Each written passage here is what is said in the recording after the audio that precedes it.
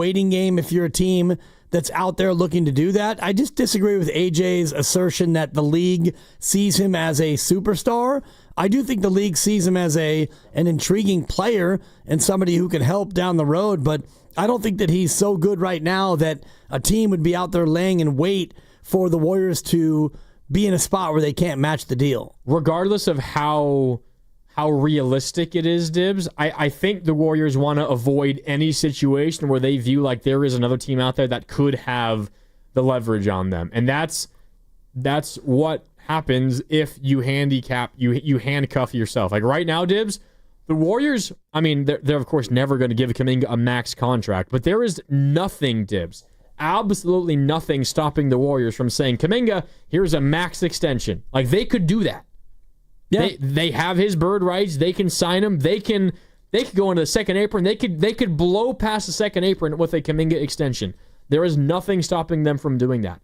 If they turn around tomorrow and sign Al Horford for the mid-level, then that goes out the door. There is then a number where the Warriors say, oh, we can't do anything about that, Kuminga. Bye-bye. We're getting nothing in return. So even if it's a 0.01% chance that happens, the Warriors won't let that happen because they want to make sure in this situation they have as much leverage as they possibly can.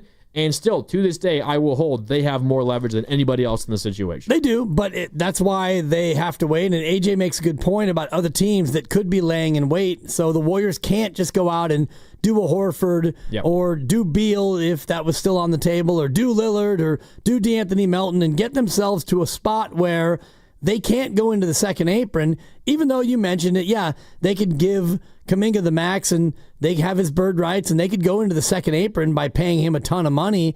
They're allowed to do that, but the Warriors have shown that they don't want to do that. So they do want to create enough flexibility to where if a team does come out of the weeds and says, you know what, we're going to give Kuminga $20 million, we're going to give him $4 and $80, then the Warriors have enough room to where they could match it if they wanted. Yeah, they could. 888-957-9570. Is it fair? I'm seeing a lot of this. Is it fair to say that Kuminga is holding the Warriors hostage? Is it the other way around? Is it 50-50 blame split down the middle? Is this mutually assured destruction? 888-957-9570. Steve in the Bay is up next. What's up, Steve? How you doing there, young man? Doing good, man. How are you? Good. I want to piggyback off what the other caller was saying. I don't think the league is waiting on him because he has showed no potential at all. And it's really embarrassing when high schoolers are better than you. Totally embarrassing. What high schoolers are better? The guys I see in the summer league. I mean, no specific names, but you know, he doesn't try hard enough for me, and that really irritates me about him. I hear you, Steve. I'll just say that the summer league players are not high school players.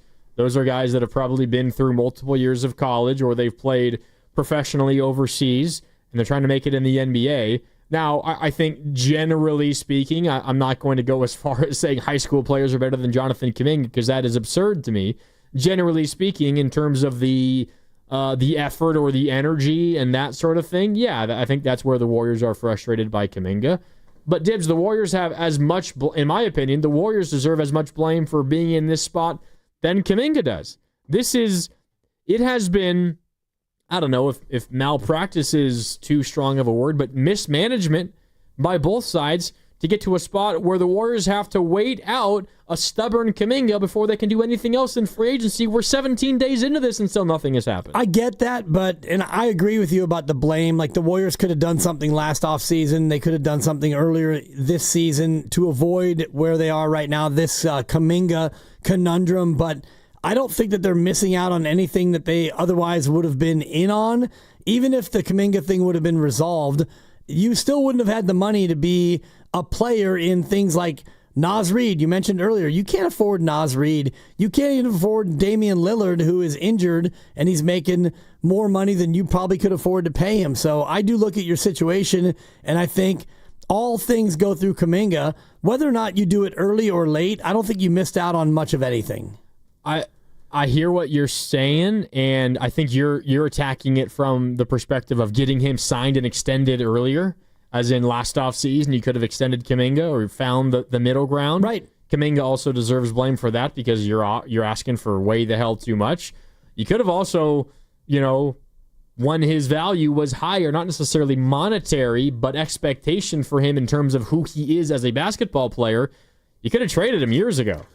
Or as recently as last year. Right, and you tried to. You tried to trade him for Kevin Durant, and that deal fell through, and Kuminga, I do believe, was a big piece of that, which is why now, here we are, 6 months later, 5 months later, and Phoenix is back percolated into the conversation because they obviously liked him then, and they probably like him even more now because the price for Kuminga has gone way down. Yeah, but I want to take you guys through, I don't know if this is a complete trip back in time, through a time machine, but I want to go back to almost a year and a half ago now and just let you hear the way that the Warriors talked and thought about Jonathan Kuminga and how crazy the difference is to now. Because I think this is a good way of kind of determining or figuring out how the Warriors have handled this situation and why they deserve a lot of the blame and even getting to this spot in the first place. So we can do that when we come back. We're brought to you by Fremont Bank, here for you, here for good. It's Willard and Dibs here on 95.7 The Game. Dibs and Grandy, I'm in for Willard. Back with more next, right here on 95.7 The Game. And meantime, it's Dan Dibley here. If you're thinking about covering your patio, or maybe you're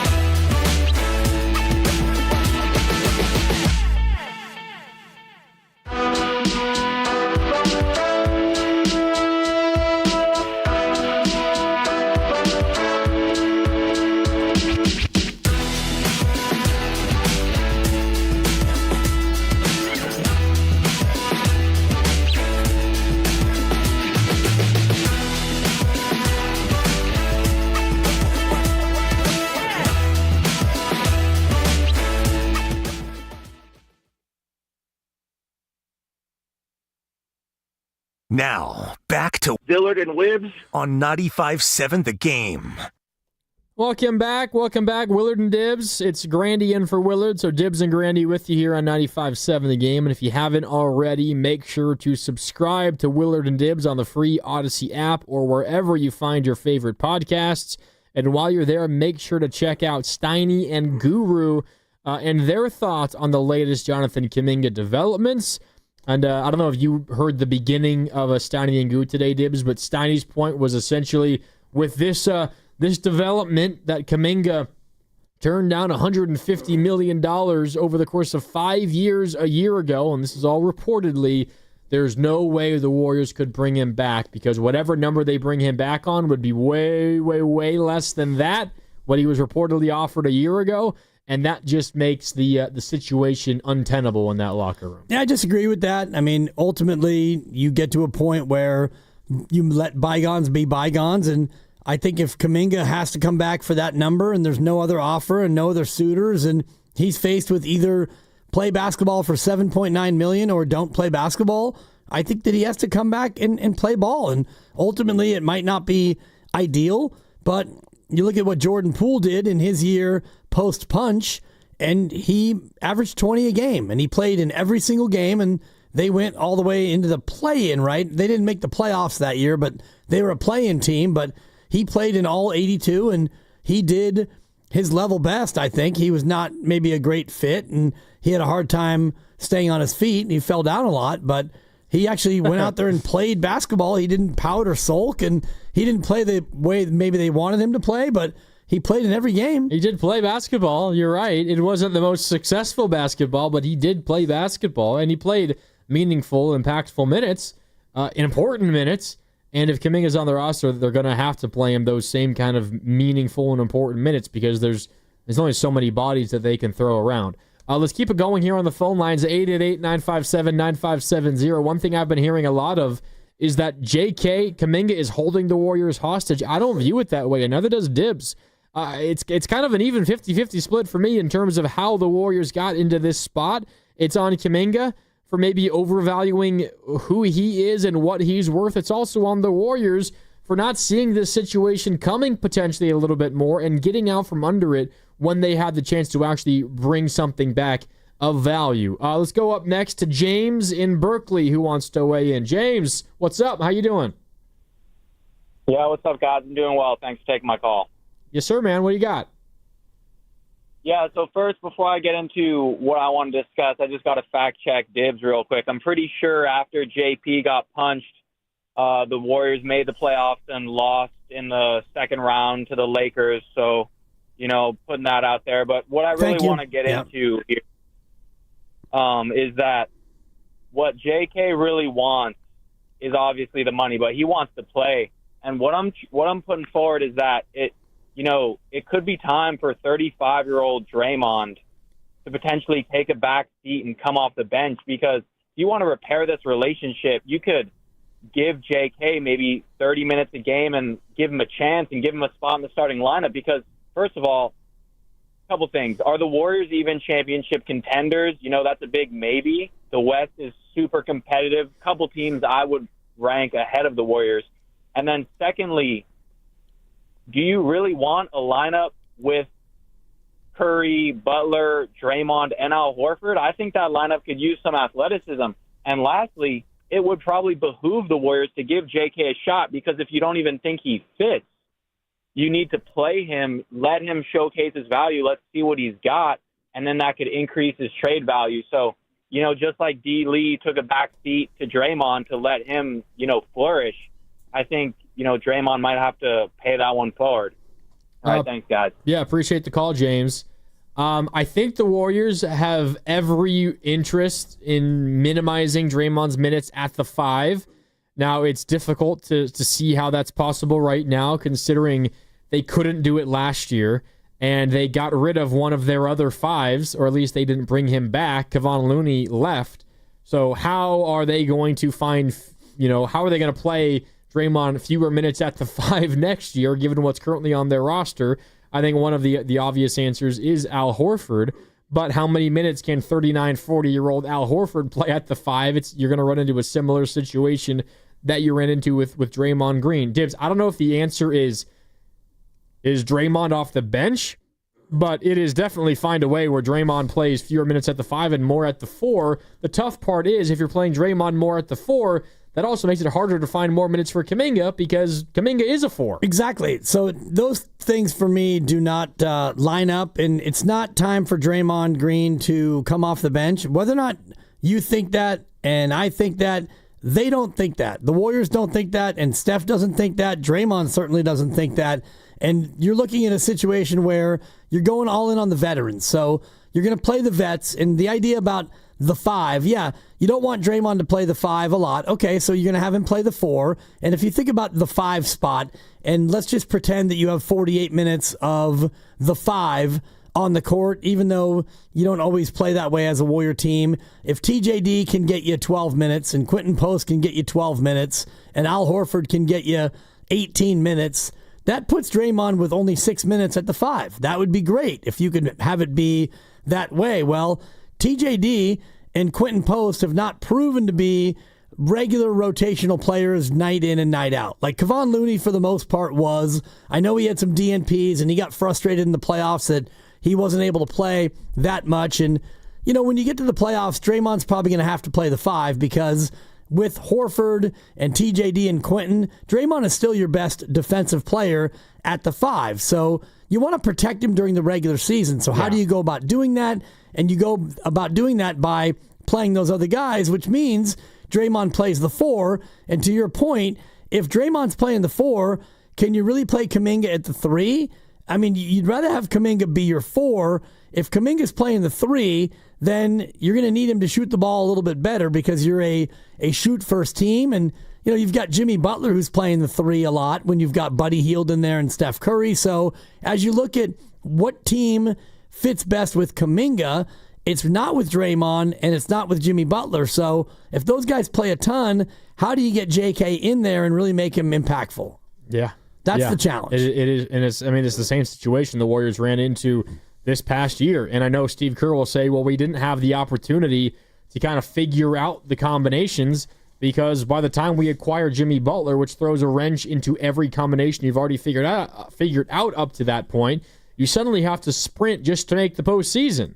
So you didn't really have the opportunity to experiment, and Steve Kerr has said that they will experiment more to begin the year, assuming that Kuminga is on the roster, but there's no guarantee you're going to find something that you haven't found yet.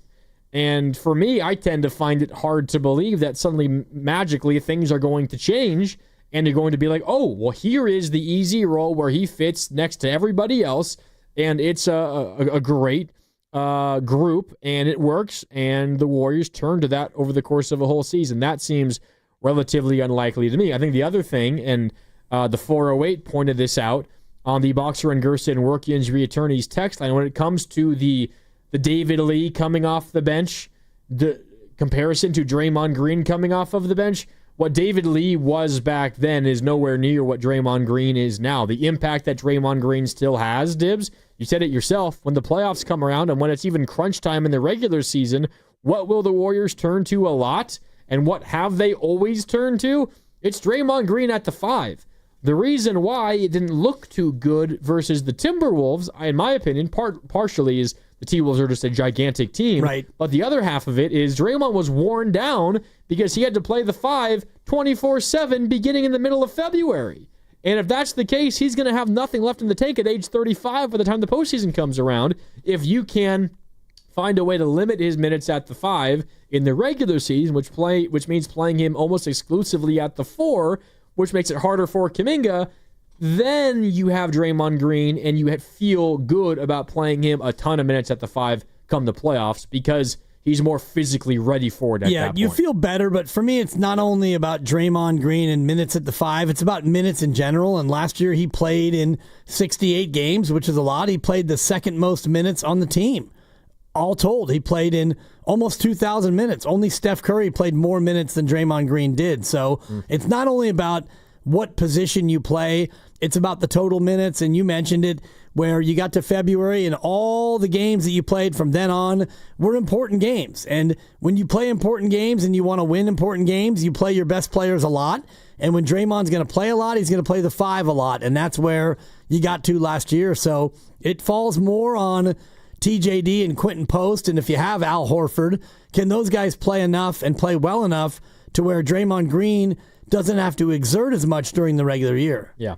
You're listening to 95.7 The Game, KGMZ FM and HD1 San Francisco, an Odyssey sports station and the home of the Golden State Warriors and Valkyries. Always live on the free Odyssey app, coming to you live from the Laughing Monk Studios. And reminder, coming up at some point this hour, we are going to give you a chance to win a Warriors prize pack and a pair of 4-day passes to Aftershock as part of our All-Star Week prize blowout. Just stay tuned. We'll tell you all the details and how to win coming up a little bit later on this hour here on 95.7 The Game. I wanted to go back in time a little bit, Dibs, because we're at a situation now where it feels to me like the Warriors are content moving off of Kuminga. And now obviously they want something in return for Kuminga, and it feels like they're asking a little bit more than what a realistic offer is from opposing teams. I think the Warriors have pretty drastically mismanaged this situation. Now, again, once they got to this spot this offseason, this feels like the natural path for it to play out. You hope that there's a team out there that's willing to give you what you want, but if not, then you just got to be patient because you have leverage on your side and you believe that you really do hold the cards and can control it. But how did we get to this spot in the first place? I know you threw out the contract negotiations a year ago, leading into last year. And yeah, maybe the Warriors hope that they just would have been able to get something done, whether it was maybe pay a couple million more than you were willing to pay, or whether it was just Kuminga accepting less. They probably do hope that they just, regardless, got an offer done. But I want to go back to 2024, leading up to the trade deadline, when the Warriors were rumored to be in on a couple of Raptors players. If you remember, OG Anunoby of the Raptors, who got traded to the Knicks. I know you had a smirk on your face because of that, Anunoby. that famous Steiny drop. It's a great one. AJ Anunoby. Yep. But he got traded from the Raptors to the Knicks. And what the Knicks gave up for Anunoby was RJ Barrett, Emmanuel Quickley, and a second-round pick. That was leading up to the 2024 trade deadline. That was all that it took to get Anunoby, who's a quality player. Not a superstar, not an all-star, but a quality player. He would be good on the Warriors. The Warriors, I would imagine the Raptors would have viewed Kuminga as more valuable than any of those assets the Knicks gave up. Perhaps. The other Raptor that was traded, that trade deadline, was Pascal Siakam to the Pacers. Since then, the Pacers have gone to the Eastern Conference Finals and the NBA Finals. Siakam went to the Pacers for Bruce Brown, Kyra Lewis, and Jordan Nwora, in addition to 2 firsts and another conditional first-round pick. Kuminga better than any of those players in terms of value by quite a wide margin. But 3 first-round picks, 2 firsts and a conditional. Kuminga probably would have taken one of those first off, I would guess, because you view Kuminga as more valuable and kind of like a first-round pick. But it's not an absurd price tag to get someone like Pascal Siakam. And what Mike Dunleavy said about Jonathan Kuminga after that trade deadline was said that Jonathan Kuminga was, quote, virtually untouchable in trade talks. Yeah. So that's how the Warriors viewed Jonathan Kuminga as recently as last February. Not this most recent February, but February 2024. So that's 17 months ago, Dibs? About a year and a half.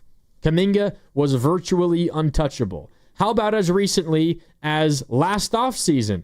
This is Ramona Shelburne on with you and Willard. Last offseason, and you're going to hear Willard's question, Ramona Shelburne, as tapped in as any in the NBA world, asked about Kuminga being on the table in trade talks for the Warriors last offseason. Here's Ramona. Let's talk about big game hunting and how they go about doing it. To what level is Jonathan Kuminga on the table? Not at all. Really? I think he's pretty much look, it's going to get complicated because of his extension talks and how much money they have, but I think they'll do everything they can to keep him. I don't think they want to even talk about him. The Warriors will do everything they can to keep him. I don't think the Warriors even want to talk about him. That was a year ago, Dibs. And now we're at a point where it feels like they're perfectly fine letting him walk, assuming that they just don't get a crazy lowball offer like they got from the Kings. We have the way that the opinion in-house has shifted on Jonathan Kuminga from such a short period of time is absolutely insane. And to think that you could have used this asset to get somebody like Anunoby or Pascal Siakam in theory, or whatever was available a year ago in the offseason, and now you're looking at having to potentially swallow Carter and Šarić and second-round picks for Kuminga? It's absurd. It's a miss. I mean, if you look at it from that lens, it's a miss. And the things that have happened since February of 2024, and I'm just looking back at what was going on then, and Kuminga was a starter, and he was getting 34 minutes a night, and he started every game from January 30th all the way through virtually the end of the year. He got hurt in late March, and he missed about 5 games. Well, that was the Draymond suspension, right? So Kuminga got a bunch of runway. Right, and he got a lot of starts. And, this was at the tail end of the Draymond suspension, and then it carried into the Draymond when he returned. And obviously before Jimmy Butler, it was a year before Jimmy Butler, but Kuminga was a big piece of what you were trying to do. And so you rolled through that, and then you get into this past season, and Kuminga, again, was looking like he was going to be a big factor in your rotation. Then he got hurt. You got Butler, and he never really fit in after that. So things change based on who is playing around you. But also, I do think that when you look at the player that Kuminga was a year and a half ago, when he was getting the minutes and he was allowed to go out there and cook, I think he was more motivated to do the small things that you need him to do. You think he was doing the other stuff more, not just scoring the basketball, but rebounding and diving on the floor and all that stuff? I'm just looking at these games when he started from early February all the way through March, and he's got a game where it was 28-10, he got 18-6, and you've got a game where he got 21-5, 13-8, 6 points and 7 rebounds and 6 assists and a win over Chicago. He was doing the things that they needed him to do, and he's getting to the foul line, he's making his free throws, and he was getting, 19, 21, 25, 24. These are all his point outputs, and in those games, they went 4-1. So not only was he cooking, but they were winning with him playing that role. So how do we get from that point where he's playing well, the Warriors are, winning basketball games, and his general manager is saying things such as, quote, he's virtually untouchable. Ramona Shelburne, as plugged in as any in the NBA, is saying things such as the Warriors will, quote, do everything they can to keep him. I don't think they even want to talk about him, to where we are now, where you can't figure out a contract extension last offseason. Now you're staring at nearly 3 weeks of inaction at restricted free agency. How did we get from that point to where we are now? It feels like the Warriors just misreading the situation entirely. Or perhaps the player himself has, not been the player that he was a year and a half ago. And, he had the ankle injury and he missed 31 games. And when he came back, it was a different team. And when he came back to a different team, you needed him to be a different player. And he wasn't able to do the things that you wanted him to do. And so you got to that point and you're out there trying to win games. And so you chose not to play him. And by the way, when you didn't play him, you still went out there and did pretty well. You won a lot of games where he didn't play, and I'm looking at the Houston series in particular last year. He played 3 games. You were 2-1 with him, and you were 2-2 without him. So it's not like when you didn't play him that you lost games. You still were able to go out and win, and even in the games he played, I'm looking at Game 7, where he played only 7 minutes, and it was largely toward the end of that game. So I think things happen on both sides. Did the Warriors miss an opportunity to sign him and have him as a more movable asset? Absolutely. Or just to trade him even before that. Right. And did Kuminga, I don't know if regress is the right way to put it, but he certainly, when Jimmy Butler joined the team and he got back and he got healthy, he has not shown the ability to be the player they need him to be. He had less of an opportunity to do it because he did. But he did not take advantage of that opportunity. You're right, yeah. The Warriors became less dependent on Kuminga. They were so incredibly dependent on Kuminga before the Jimmy Butler acquisition because they had no one else that could score. No one else that could do anything. So it's, all right, Kuminga, get us 20. That's our only hope of being competitive tonight because we know Steph's going to get us 30, but we need more points somewhere else. We know we're not going to get it from Draymond. It's not going to be consistent enough from anybody else on that. You're not going to be consistently scoring 15, 20 points from Podziemski. Moses Moody's shot kind of comes and goes. And even when he is shooting it well, it's not like he's going to give you 20 points a night. You need that. But then when Jimmy Butler gets added in here, one, you have another wing who isn't the greatest shooter, who does a lot of the things the Warriors have been asking Kuminga to do, so it makes him less valuable. But it also just is Dibs another body that's in the way of Kuminga getting minutes in the first place and makes all those roster combinations and lineup combinations that much more difficult to find a unique five that works. Yeah, especially when you have a team that relies on so much spacing and so much shooting. And I'm just looking at this game from the 2023-24 year where Draymond's back and Wiggins was out still. Curry had 29. Kuminga had 28 and 10. Kuminga shot 0 3-pointers. He went 10 of 12 from the foul line. The Warriors beat Brooklyn. Draymond Green had 8 points and 10 rebounds. Klay Thompson had 8 points back when Klay was still a Warrior. Klay. And it was a team where, Kuminga was their number 2. He was the number 2, and he got 18 shots in this game. And I don't remember the exact details of the game, but just looking at the box score, it's interesting. Steph shot 24 times. Kuminga shot 18 times. He started. He played 33 minutes. You beat Brooklyn. He had 10 rebounds, and he shot 12 free throws. So where's that player? And it's crazy, those numbers. And off the top of my head, I don't remember that game specifically. I'm sure it would come back to me if I went back and saw some of the highlights. But it's amazing that was who Kuminga was for a pretty good stretch that year, and now we're at a spot where it feels like the Warriors are just give us anything of a little bit of value and we'll move off of this guy. It's crazy that the asset has depreciated as much as it has, and while there needs to be a lot of blame on Kuminga himself for his play and how that has happened, it's also a prime example, Dibs, of if the Warriors move off of Kuminga, it's a prime example of you sold your asset at the worst possible time because you're getting pennies on the dollar for what it would have been as recently as 15 months ago. Yeah, I'm going back to February 2nd. They're playing at Memphis, and Kuminga goes for 29 and 6, 11 of 15 from the floor. He took 1 3, and he made it. That's efficient. 6 of 7 from the foul line. And that was a game where you had Curry, Wiggins, Green, and Thompson all in the starting lineup. Pods and Lester Quinones coming off the bench. Kevon and Gee as well. But Kuminga took 1 shot fewer than Curry, the same amount of shots as Klay, and he had 29. So I don't think that the asset has depreciated that much. The Warriors just don't use him that way. So, well, I mean, the organization deserves blame for that too, then, they sure don't do. they? Yeah, they do. But at the same time, they made it to the second round of the playoffs using the asset in this way. So, what are we actually trying to do here? We're trying to win.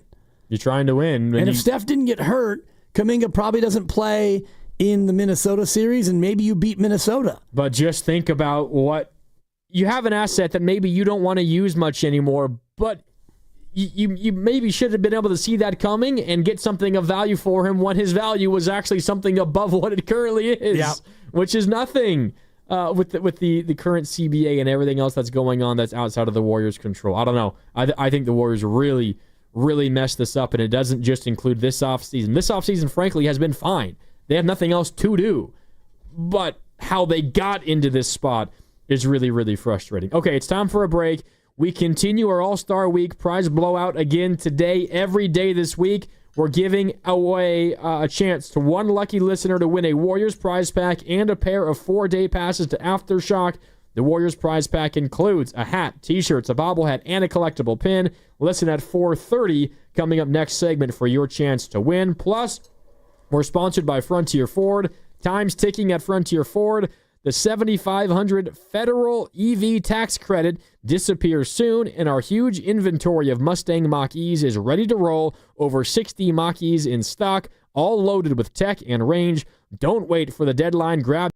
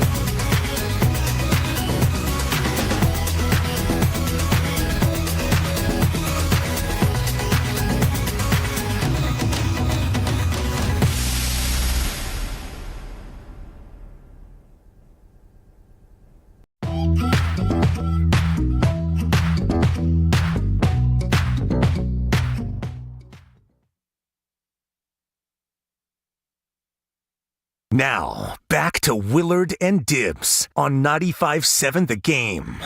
Welcome back. No Willard. He might be saying I do now. Maybe it's already happened. I don't know. I have no idea when it's happening today. Yeah. That's all I know. By now, you know what it could be, right?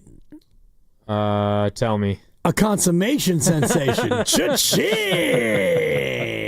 You're right. It might be. Cash me out one time. Who knows? With Mike Breen on the call, of course. He's officially. busy today. Thank you. Won't be here tomorrow. Going on a trip to celebrate. He'll be gone all next week. He'll be back the following Monday. Congratulations to Willard and to Christy and to the whole Willard family. We'll see you in a week and a half or so. But until then, it's Grandy filling in alongside Dibs. Dibs and Grandy with you here on 95.7 The Game. We had a call, Dibs.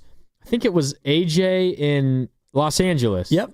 Who were talking a lot about Kuminga and the situation the Warriors find themselves in. And AJ's larger point was there is a market for Kuminga. It's just the constraints of the cap and everything that's kind of making this difficult. And the fact the Warriors do have a lot of the leverage right now, it's kind of scaring some teams away. But he said if the Warriors were to put a cap on themselves, and the way they would do it is by signing Horford now via their mid-level exception, which wouldn't allow the Warriors to go over the second apron, some teams would begin clearing cap space in a race to sign Jonathan Kuminga. And one of the sources or the things that AJ cited to explain how the rest of the league views Kuminga was the latest episode of Podcast P with Paul George. Okay. And he had Baron Davis on as a guest this most recent podcast episode, and the guys were talking a lot about Jonathan Kuminga, but I want to play a couple of pieces of sound from Paul George specifically, because I think this is where AJ is getting the idea that the rest of the league views Kuminga highly. Here is Paul George talking about Jonathan Kuminga and what he might be capable of doing going forward. Here's Paul George on his Podcast Pete. I'm a big fan of Kuminga, and I think that should be the X factor because he can handle, he can get to his shot, he could, he's developed his 3-point range. He's strong, he can play in a big lineup and he can play in a small lineup. He he guard, he defends. So I like what they got. I think they do have enough. There is still, juice in Steph, in Draymond, in Jimmy. I mean, that's Paul George. That's when he was at his best, one of the best players in the league, saying that Jonathan Kuminga, hell of a player. Hell of a player, but does he fit in the system? And if you do not fit, then you must sit. And unfortunately, that's the way this system is. And he's right about Kuminga. And if you want to look at every other team in the association and look at how they play, I think that Kuminga fits in more teams than he doesn't fit. This team, with what you have and what you've decided to go forward with, is Steph Curry as your most important player, as he should be, and you're going to run everything the way Steph can thrive, which is Steph off of screen and roll, Steph off of the floppy action and the down screens and all the baseline cuts and all the rest of the runaround stuff that you do. Steph is the best ever at that, and he is most lethal when he does that. And if you don't do that, then you go to ISO ball. And when you go to ISO ball, you have Jimmy Butler, who's one of the better ISO players, one of the best ISO players in the association.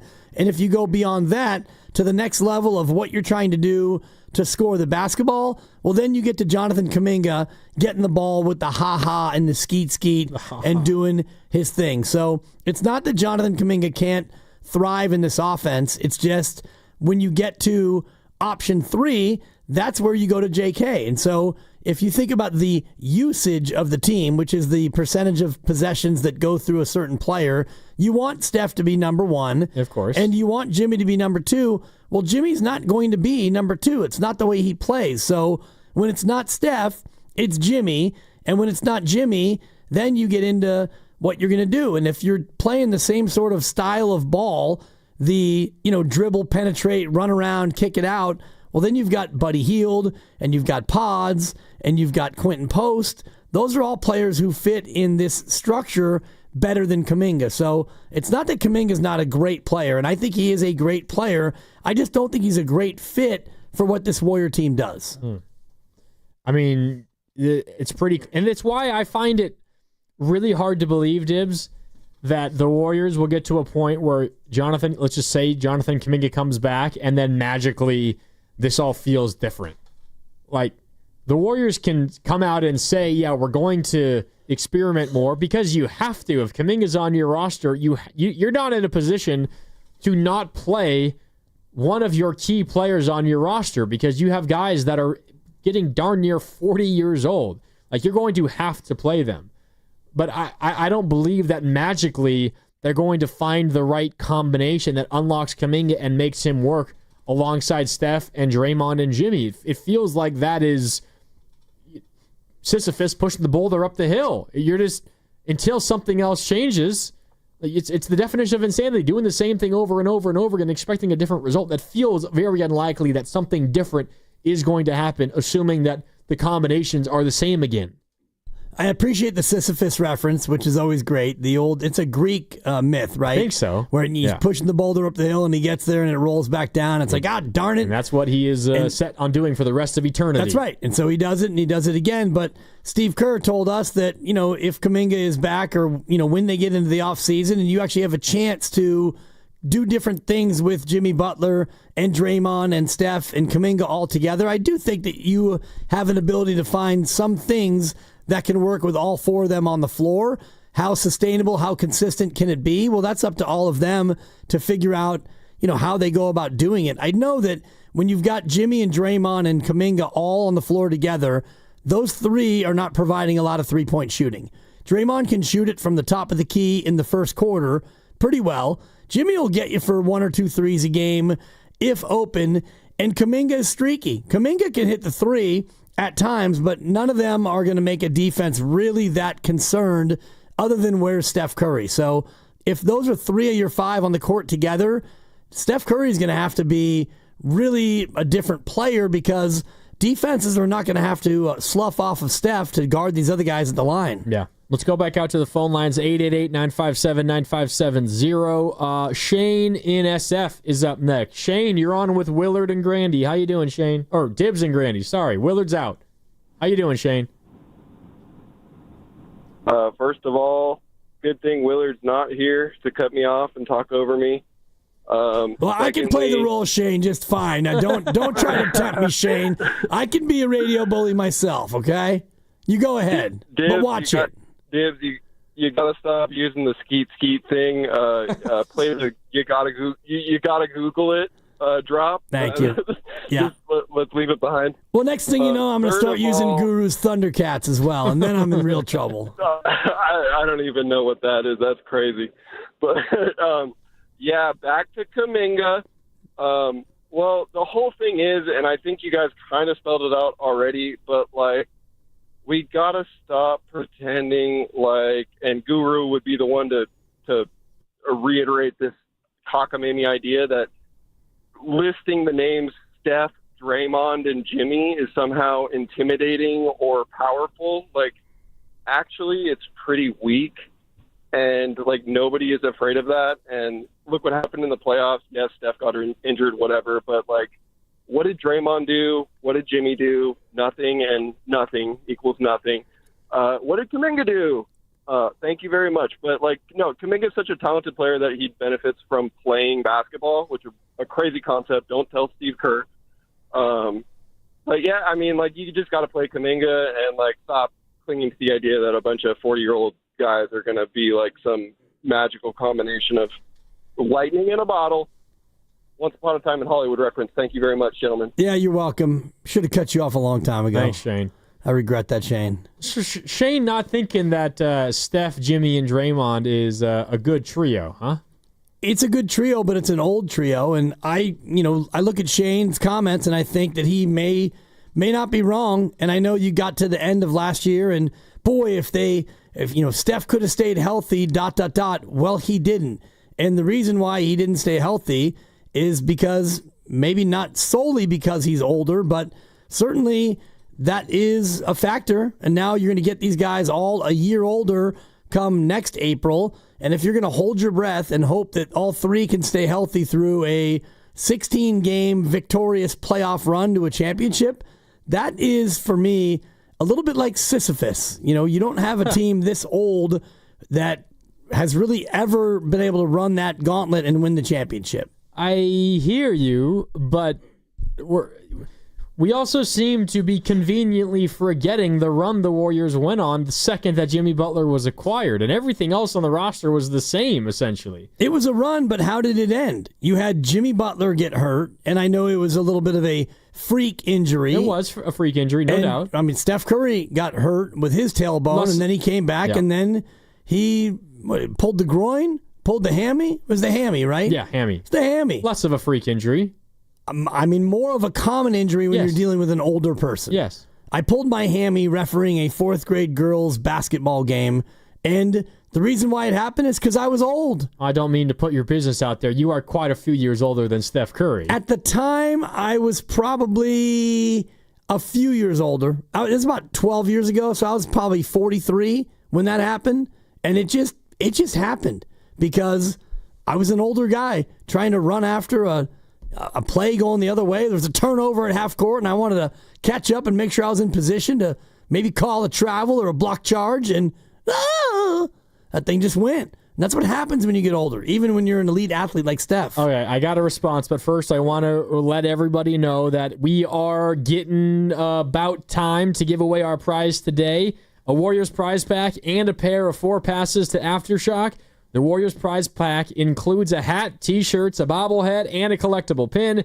Here's how it's going to work. Sometime over the next 30 minutes, we're going to give you 3 clues. After that, we'll play a sounder, and at that time, you'll have to tell us which former All-Star we're talking about. So stay tuned and listen to those clues. If you want to know the number to call when the time comes so you can save it to your phone, I'll read it to you right now. Don't call. The contest line that you will need later when you hear the sounder is 415-523-4652. But again, don't call right now. The contest line you will need later, sometime in the next 30 minutes, 415-523-4652. All you need to know now is it's going to happen. 1, the clues, and 2, us calling for the answer. Those will both happen in the next 30 minutes, so just keep listening here on Willard and Dibs. It's Dibs and Grandy with you on 95.7 The Game. Do we forget, Dibs? The Warriors won 21 of 26 games the second that Jimmy Butler debuted. We don't forget that, Grandy. The second that he debuted, they turned a team that was below 500 into one of the better teams in the Western Conference.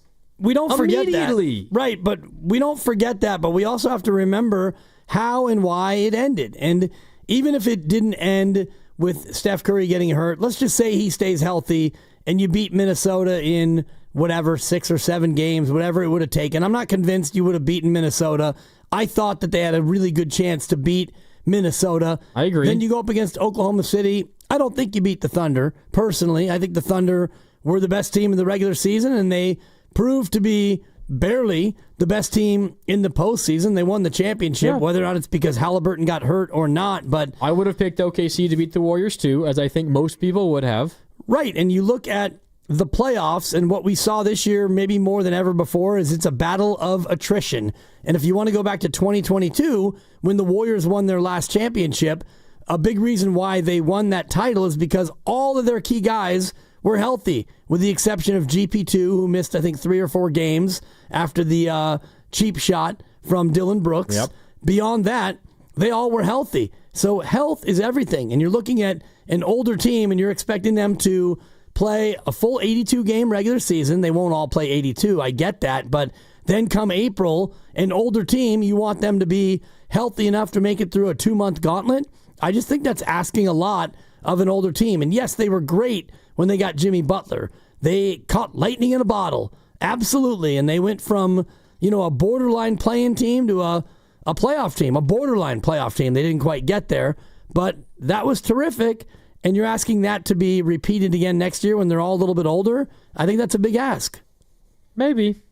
I also don't think, maybe we have to adjust expectations, because I don't think there's anything embarrassing or wrong or bad with a team like the Warriors, who are riding out the sunset years of a dynasty era, I don't think there's anything to be so incredibly, I don't know, frustrated by or upset with winning a round and losing in the second round. Like that, there's honor in that. Like, you're a team that won your first championship a decade ago. Your star is 37 years old. Next time the playoffs come around will be 38 years old. Honestly, the fact that they're making the playoffs, and this feels like maybe a cop-out, and it feels like maybe loser mentality, and I generally am anti-loser mentality. Like, if you ain't first, you're last. But this is a unique situation where your best players are all 35 and up. There is absolutely no shame in losing the second round of the playoffs. Like, that's a hell of an accomplishment for a team this old. Like, I know that we want to say championship or bust, and anything short of maybe even the Western Conference Finals feels like a failure because of what we're used to. But can we live in reality for a second and just spend a second realizing how amazing it is that they even accomplished what they did last year? I mean, it wasn't that amazing, but it was enough for me. And we talked about this on the show, and I gave Willard the over-under all year, over-under 4.5 playoff wins, which means you win a round and then you win one game. And he took the under all year, and then they got Jimmy Butler, and he saw what they had become, and then he took the over, and it barely hit at 5. And I said all along, for me, for the Warriors bar, just make the playoffs and win a round. Get to the final 8, be one of the last 8 teams playing, and that's enough for me. And I kind of set the same bar going into this upcoming year. Yes, I'd love for them to win a championship. I'd love for them to make the finals. I'd love for them to make the conference finals and all the rest of it, but honestly, if you can just get in the playoffs, win a round, be one of the last 4 teams in your conference, if you ask any team around the association, if you gave them that proposition right now, the majority of them would take it right now. Yeah, no, I agree. So I'm with you on that. Like, if they do it again this upcoming year, it's not a disappointment unless they're up, 3-0 in the second round and they blow a 3-0 lead. The way it happens, obviously, right, matters. Circumstances. Yeah, but I mean, I don't know. Like, the idea that Steph, Draymond, and Jimmy isn't a thing that's worth playing out because we find it hard to believe that group of 3 will lead them to a championship. I don't know. That's a little... That's tough for me to swallow because I think there's a whole lot more that makes a season valuable and fun, especially considering where the Warriors are in their lifespan than just a championship. One more from Paul George on Jonathan Kuminga as we try to bring this back to the topic. Jonathan Kuminga. Paul George already said Kuminga should be the Warriors' X factor. He's good at X, Y, and Z, and he should be a really, really good player. Here's Paul George again on Podcast P talking more about Jonathan Kuminga. He's nice offensively, and I think it's more of a like, man, I could do this, that. Like, I just need the ball. I need where your point is, use that energy on defense. You're going to get your opportunity. You don't even have to think. Yeah. You're going to get your opportunity. Oh, you're going to get steals. You're going to get blocks. You're going to get trails. You're going to get dunks. Be the Iguodala. Be the young Iguodala. Be Iguodala. Yeah. Well, I mean, they're probably speaking Steve Kerr's language right now. That's what it seems like Steve Kerr has been begging Kuminga to do for a long time, and it hasn't come through consistently enough. Right, and if you want to get to a point where you can get easy buckets, that's where they come. They come on the defensive end. So you get a steal, you get a block, you get a trail, all those things that Paul George was talking about. And Paul George, good defender, really good defender in his prime, and that's where Kuminga can be. And, scoring in the half court is a lot harder than scoring when you get a steal. You pick and you get a pick 2 in the NBA. Those buckets come a lot more easy for you when you play good defense. Yeah, I'm with you. You know what I want to get to coming up on the other side, Dibs, is you remember first Kevon Looney left the Warriors, went to the Pelicans. Yeah. You remember his appearance on the Warriors Plus Minus podcast with Marcus Thompson, where he essentially said the way that his minutes and role kind of got yanked around by Steve Kerr specifically, and these playoffs were kind of the last straw for him, and he felt like the Warriors didn't trust him. Those comments, they were, pretty pointed, specifically at Steve Kerr. We have a development in that conversation. It's a developing story. Steve Kerr has responded to Kevon Looney's comments. All right, Steve. We're going to want to hear what Steve Kerr had to say. Via what platform? The Chronicle. Okay. Scott Ostler, columnist, caught up with Steve Kerr and asked him about it. So we're going to hear not Steve Kerr's voice. I will read what Steve Kerr said, courtesy of Scott Ostler and the Chronicle.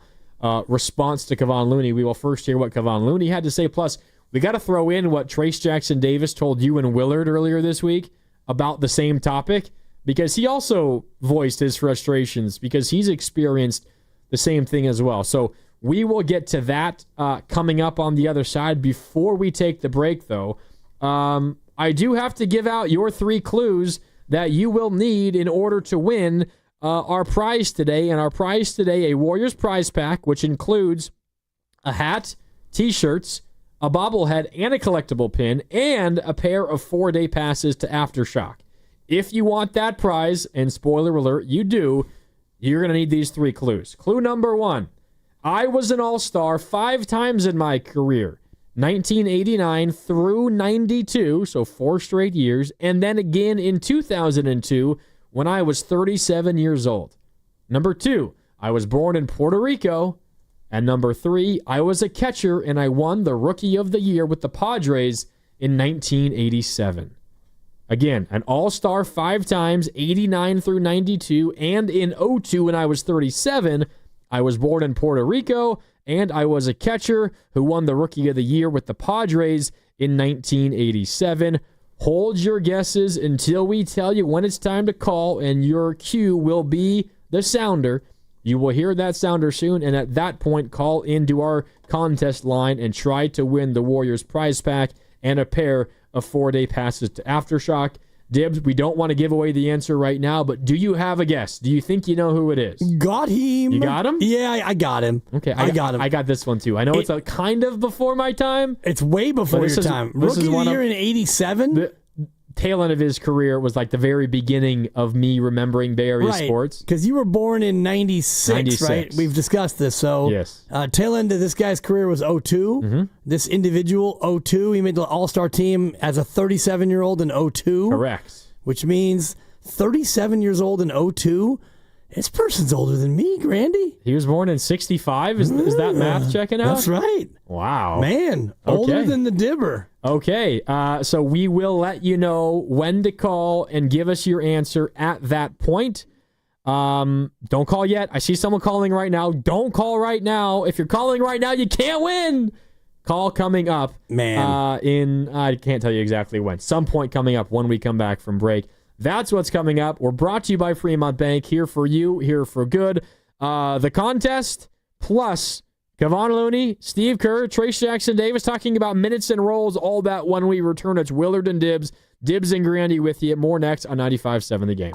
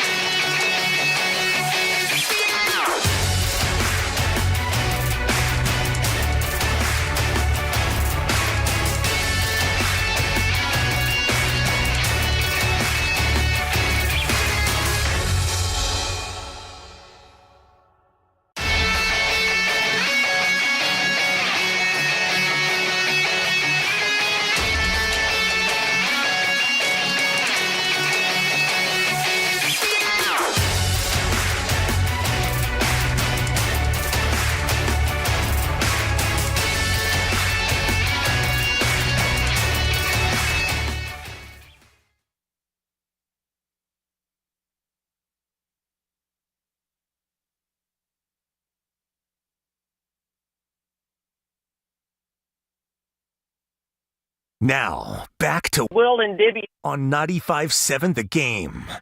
Welcome back. Feeling good on a Thursday. It's Dibs. It's Grandy. I'm in for Willard here on 95.7 The Game. Willard getting married today. Congratulations to the Willard family.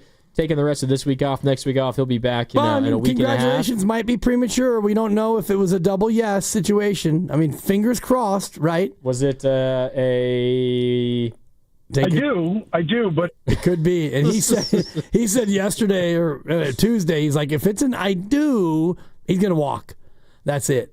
And maybe it's because I've been watching too much Love is Blind. I don't know if you've ever watched that show. I've seen a few episodes. It's pretty funny. It's one of the shows that we will get into where... That's a crazy concept. It's a wild concept where, there's pods where... Not Podzemski. Brankin. It's, a pod where you have a date with a person of the opposite sex and you can't see them. And you get to know them and then you fall in love and then... Hence Love is Blind. You propose to this person and then... She says yes, and then you meet, and then you go to all hell breaks loose when you find out you're not attracted to that guy. First, you get an exotic location. You get like a 3-day trip to an exotic locale, and you either get the Mike Breen play-by-play or you don't, and then you come back home and you start to get to know each other better, and then you get to the altar, and it's either a yes or a no. So sometimes you see these couples get to the altar, and it's like, will you so and so take this whatever for your whoever, and it's like, I can't do it. I just can't do it. I'm not ready. It's like, oh! So, congratulations. A tentative congratulations to the Willards. I think they made it through. You like their chances? I like their chances. I do too. I like their chances. If you've been to any one of our summits or any one of our live remotes and you see the two of them together, like they're so in love, and I've told them both this, it makes me want to vomit. No, seriously, like they are. So I'm only making light of it. Of course, congratulations to the Willards and the Farnsworth families who are now a blended 7-person family. Damn. Yeah, because she's got the 2 and he's got the 3.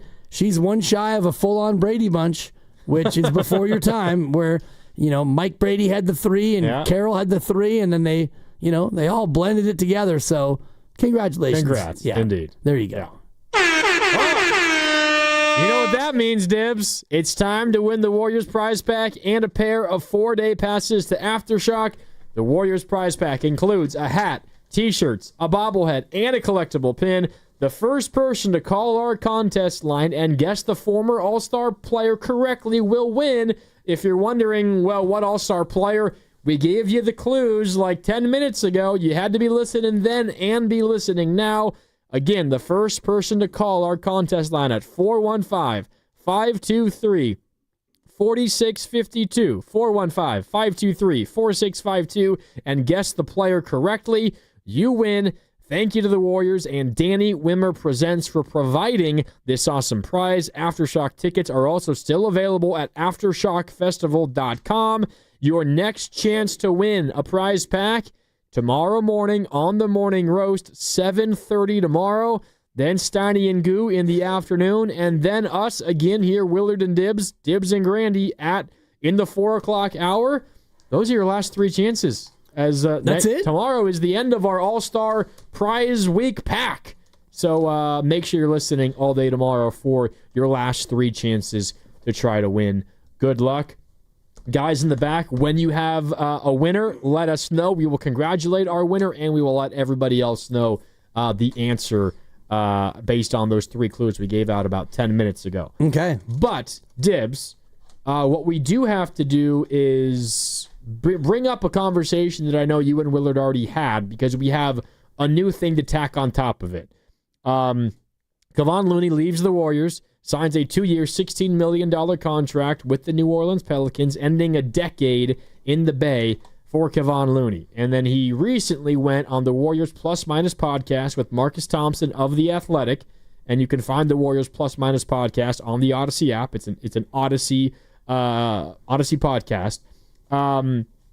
Essentially, Kevon Looney talking about the end of his time with the Warriors and how his minutes and role kind of were changing given the day at the tail end of his career with the Golden State Warriors.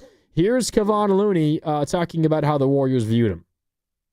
Right. Does that make this time easy to just pull a Band-Aid off and dip and take the money? Yeah, for sure. especially not knowing, in the years past, you kind of could bank on your role. I kind of could bank on, kind of know what's going to be like when I came back. The last few years, everything's been changing. Everything's been kind of up and down. So it's like, all right, well, they're telling me to wait. My minutes are always up and down. It's like, all right, what's really going to happen? I don't know how they really view me, what they really going to offer. It can vary from, with the Warriors, it can vary from, the taxpayer mid-level to the minimum. So I'm like, I can't really, that's a big difference. I can't really wait on that. Kind of want to control my own destiny. So that kind of made it easier because I know how they like to negotiate, how they like to, do business. So I know it was going to be a low ball probably to start, and if I couldn't find nothing else to no money out there nowhere else is going to be, I'll just have to take it. So I ain't want to do that again. Okay, that's Kevon Looney. That's answer number one. That's not the super fiery quotes from Kevon Looney, but it gives you perspective on how he approached free agency.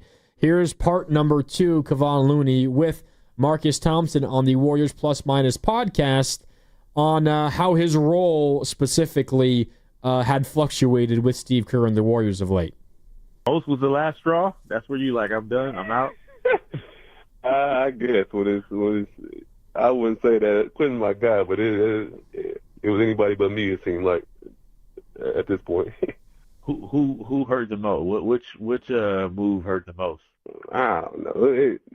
They all seem the same. I don't put nobody there. Really? It was not one moment. It was not one moment. It was more of a like even this year, prior to the playoffs, like we blowing against Steven Adams. This is what I do. I'm still not really. They're not giving me the chance to really let me do what I do. It's kind of like, all right, y'all don't trust me. I thought y'all trust me. Right? They put me in that at the end of Game 7. Why we had to wait to get to that point? That's what kind of go like, all right, y'all really don't think I'm that good no more? What's the problem? But I mean, but that's kind of how it's always been, right? When you in trouble, turn alone. That's your calling card. You ain't like that no more? Nah, you get sick of that at some point. Like, all right. When you prove yourself the first 4 or 5 years, cool, but after 10 years of it, it's like, all right. You either trust me or you don't. There it is at the end. You either trust me or you don't. It's been 10 years, and he was kind of getting tired of being yanked around. He said, quote, these last few years, everything's been changing. Everything's been kind of up and down. They are telling me late. My minutes always up and down. We're going against Steven Adams. This is what I do. They're not giving me the chance to really let me do what I do. It's like, all right, y'all don't trust me. I thought y'all would trust me. And that's pretty pointed comments from Kevon Looney towards Steve Kerr. You very rarely hear, almost any Warrior player, specifically someone of Looney's stature, come out and say something like that about Steve Kerr. Well, on his way out the door, certainly. And, he talked about the money before. It's like, they could be anywhere from the veteran minimum to the mid-level and, whatever it's going to be. And I'm kind of tired of that and waiting around for that. And the playing time is the same thing where, you either trust me or you don't. And they trusted him a lot in certain spots, but then this past postseason, and I was running down the game log yesterday or the day before when we talked about it, and he had a lot of games where he just wasn't really used, and when he was used, he had a very short leash where if he wasn't going out there and making a big impact, it was a quick hook, and they went to someone else. And it's funny that Marcus Thompson, who asked him which one got you the most, and he's trying to get him to say, well, it's Quentin Post. I don't know if it is Quentin Post, but if I'm Kevon, it's like you brought in this kid, this second rounder, and all he can do is shoot the three. He can't defend like I can defend. He can't set screens like me. He doesn't know the offense like me. He can't rebound like I can. Yeah, he's a stretch five, and I'm not. And that's why you brought him in. So I could see where that would be the one that would kind of frustrate him the most. Okay, so why we're bringing this back up? Because it might seem like old news, and it's relative. It's not new, but what is new? This is where Scott Ostler of the San Francisco Chronicle comes in because he caught up with Steve Kerr and asked Steve about these Kevon Looney comments. We don't have the sound of this because it was just in print in the Chronicle, but I want to read to you what Scott wrote around Kerr's comments. So here is, again, courtesy of Scott Ostler and the Chronicle, how Steve Kerr responded. Quote, I saw Loon's comments, and they don't strike me as negative at all. It was more just a matter of fact. What he was talking about was Quentin Post. Steve Kerr continued, quote, I think that kind of captures our decision-making process this year. and kind of what we had to face, because we're trying to find combinations and we need shooting from the center position with certain lineups and defense with other lineups. When you have a roster like we had 6-7 years ago, the rotation is already built in. You got a two-way group of guys who can survive any stretch, any type of strategy.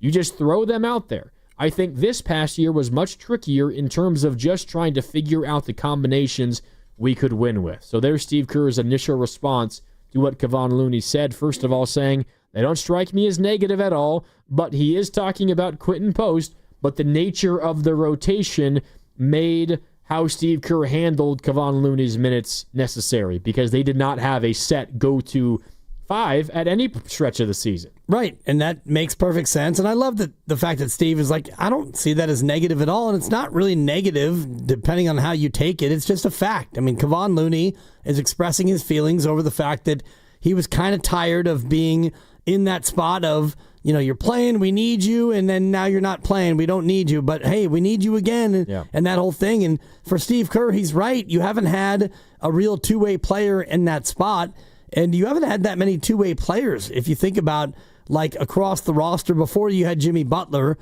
Kuminga, great offensive player, not a good defender. Gary Payton, great defender, not a great offensive player.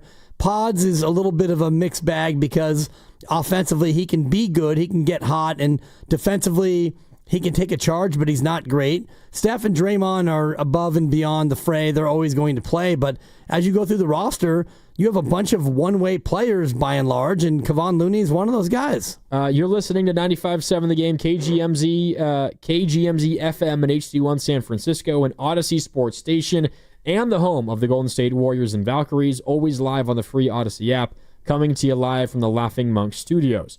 Okay, so this article from Scott Ostler of the Chronicle continues, again, and they're referencing specifically Kevon Looney saying, quote, they are telling me late, as in the Warriors are telling him that his rotation, his position, his role is changing, but they're doing it very, very late. So after that Steve Kerr quote that I just read you, talking about how this was just what the Warriors had to do to find their right combinations, this is what Scott Ostler writes, and I think it's really intriguing. Scott writes, very true relating to what Steve Kerr just said, but that doesn't directly address Looney's complaint that he wasn't kept in the loop about his role. My guess, as Scott writes, and this isn't what Kerr said, is that if the coach could get a mulligan, he would take Looney aside in that series and say, here's the deal. Kerr admitted, Scott Ostler continues, he makes mistakes. He recalled the 2018 playoffs against those same Rockets. And now we dive into another quote from Steve Kerr. I forgot to tell David West I was going to take him out of the rotation, Kerr said. We went to Houston and beat them in Game 7, and he was pretty upset after the game because I hadn't given him forewarning. He's a vet, and he kind of deserves that. It was a good reminder to me. You just can't ever forget to give your guys the lowdown. Do you think there was another instance of Steve Kerr forgetting?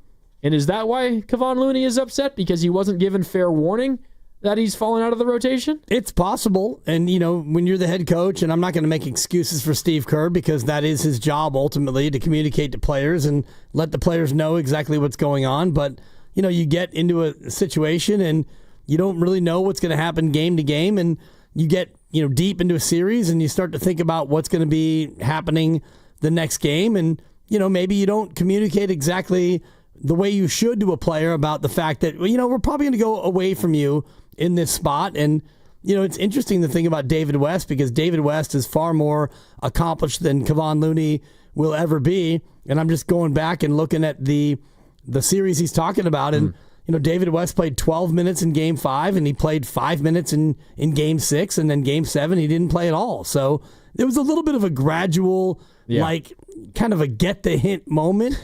Not that he should have to get the hint, but, it's up to Steve to communicate to everybody about what's going to be. But you may not know until you get close enough to game time where you start to figure out what your rotation is going to be. And at that point, it might be too late to communicate. So you have Kevon Looney on his way out the door, not trashing anybody necessarily, but sharing his honest experience about how he felt and how falling out of the rotation consistently made him feel some kind of way, and natural to feel that way. I'm sure that if I were in Kevon's position, I would feel that way as well. But I think what what adds on even more to this, Dibs, is you and Willard were chatting with Trayce Jackson-Davis earlier this week when you and I were out in Vegas and Willard was here still on the show, and you guys referenced those Kevon Looney comments and essentially asked him, well, you've kind of gone through something similar in your first 2 years. Not that you are a 10-year vet like Looney, but your first 2 years you've kind of been in the rotation, out of the rotation, playing major minutes, playing minor minutes, playing no minutes at all. Here's Trayce Jackson-Davis on that experience for him. Obviously, it sucks. I come from a place where in college I started every game. I played 30 to 40 minutes a game, and I did it at a high level. And coming here, you got to wait your turn, and it sucks. Like, even my rookie year, I got more minutes than I did this year. And obviously you want to make sure that you stay level-headed, but at the same time you know you can help, and you got to keep your confidence up. You got to keep working on your game. But it's hard, especially I kind of understood it because I kind of went through a little rut in the middle of the season, and so I wasn't really – it wasn't that I didn't want to play, but I kind of knew what was going on, and we were winning games. So I'm always going to be a team-first guy in that sense. But you always got to stay ready because coach is just someone that, like you saw, we play Minnesota, you play good one game. I haven't played in about a month and a half, and then you're starting the next game. And so that's just something that can happen with him. And but we just always got to stay ready. There's TJD. I mean, you hear the beginning, he's talking about how it sucks, and he might be talking, Dibs, and maybe you can tell me what you think. He might be talking just about in general, like playing a lot of minutes and then playing a few minutes, but maybe not necessarily what he's talking about in terms of Steve Kerr's decisions or playing for Steve Kerr. I don't think he's saying playing for Steve Kerr sucks. I think he's just saying in general, you always want to play more minutes generally than you are allowed to play. But at the end there, he says, especially, our coach, Steve Kerr, he's one of those guys where I don't play in a month and a half, then I play and I play well, and suddenly I'm starting the next day. Like that is directly a comment about the way Steve Kerr kind of handles guys in Trayce Jackson-Davis's position. I also think that it's a comment about coaches in general in that position. And, we can talk about this in many ways, but honestly, if you look at the Warriors, they did not have 5 starters last year. When they got Jimmy Butler, you had 4 starters. It was Steph and Draymond. It was Jimmy and Pods. And, fill in the blank. It was Moses. It was Buddy a couple of times. It was TJD. It was Kevon. So you get into that rotation where you don't really have a 5th starter. And I'm looking at TJD's game log, and you get down to the end of the year, and really there was a lot of games where he didn't play, and the other games where it's 4 minutes, it's 4 minutes, it's 4 minutes, in a game you lost by 18. That's garbage time.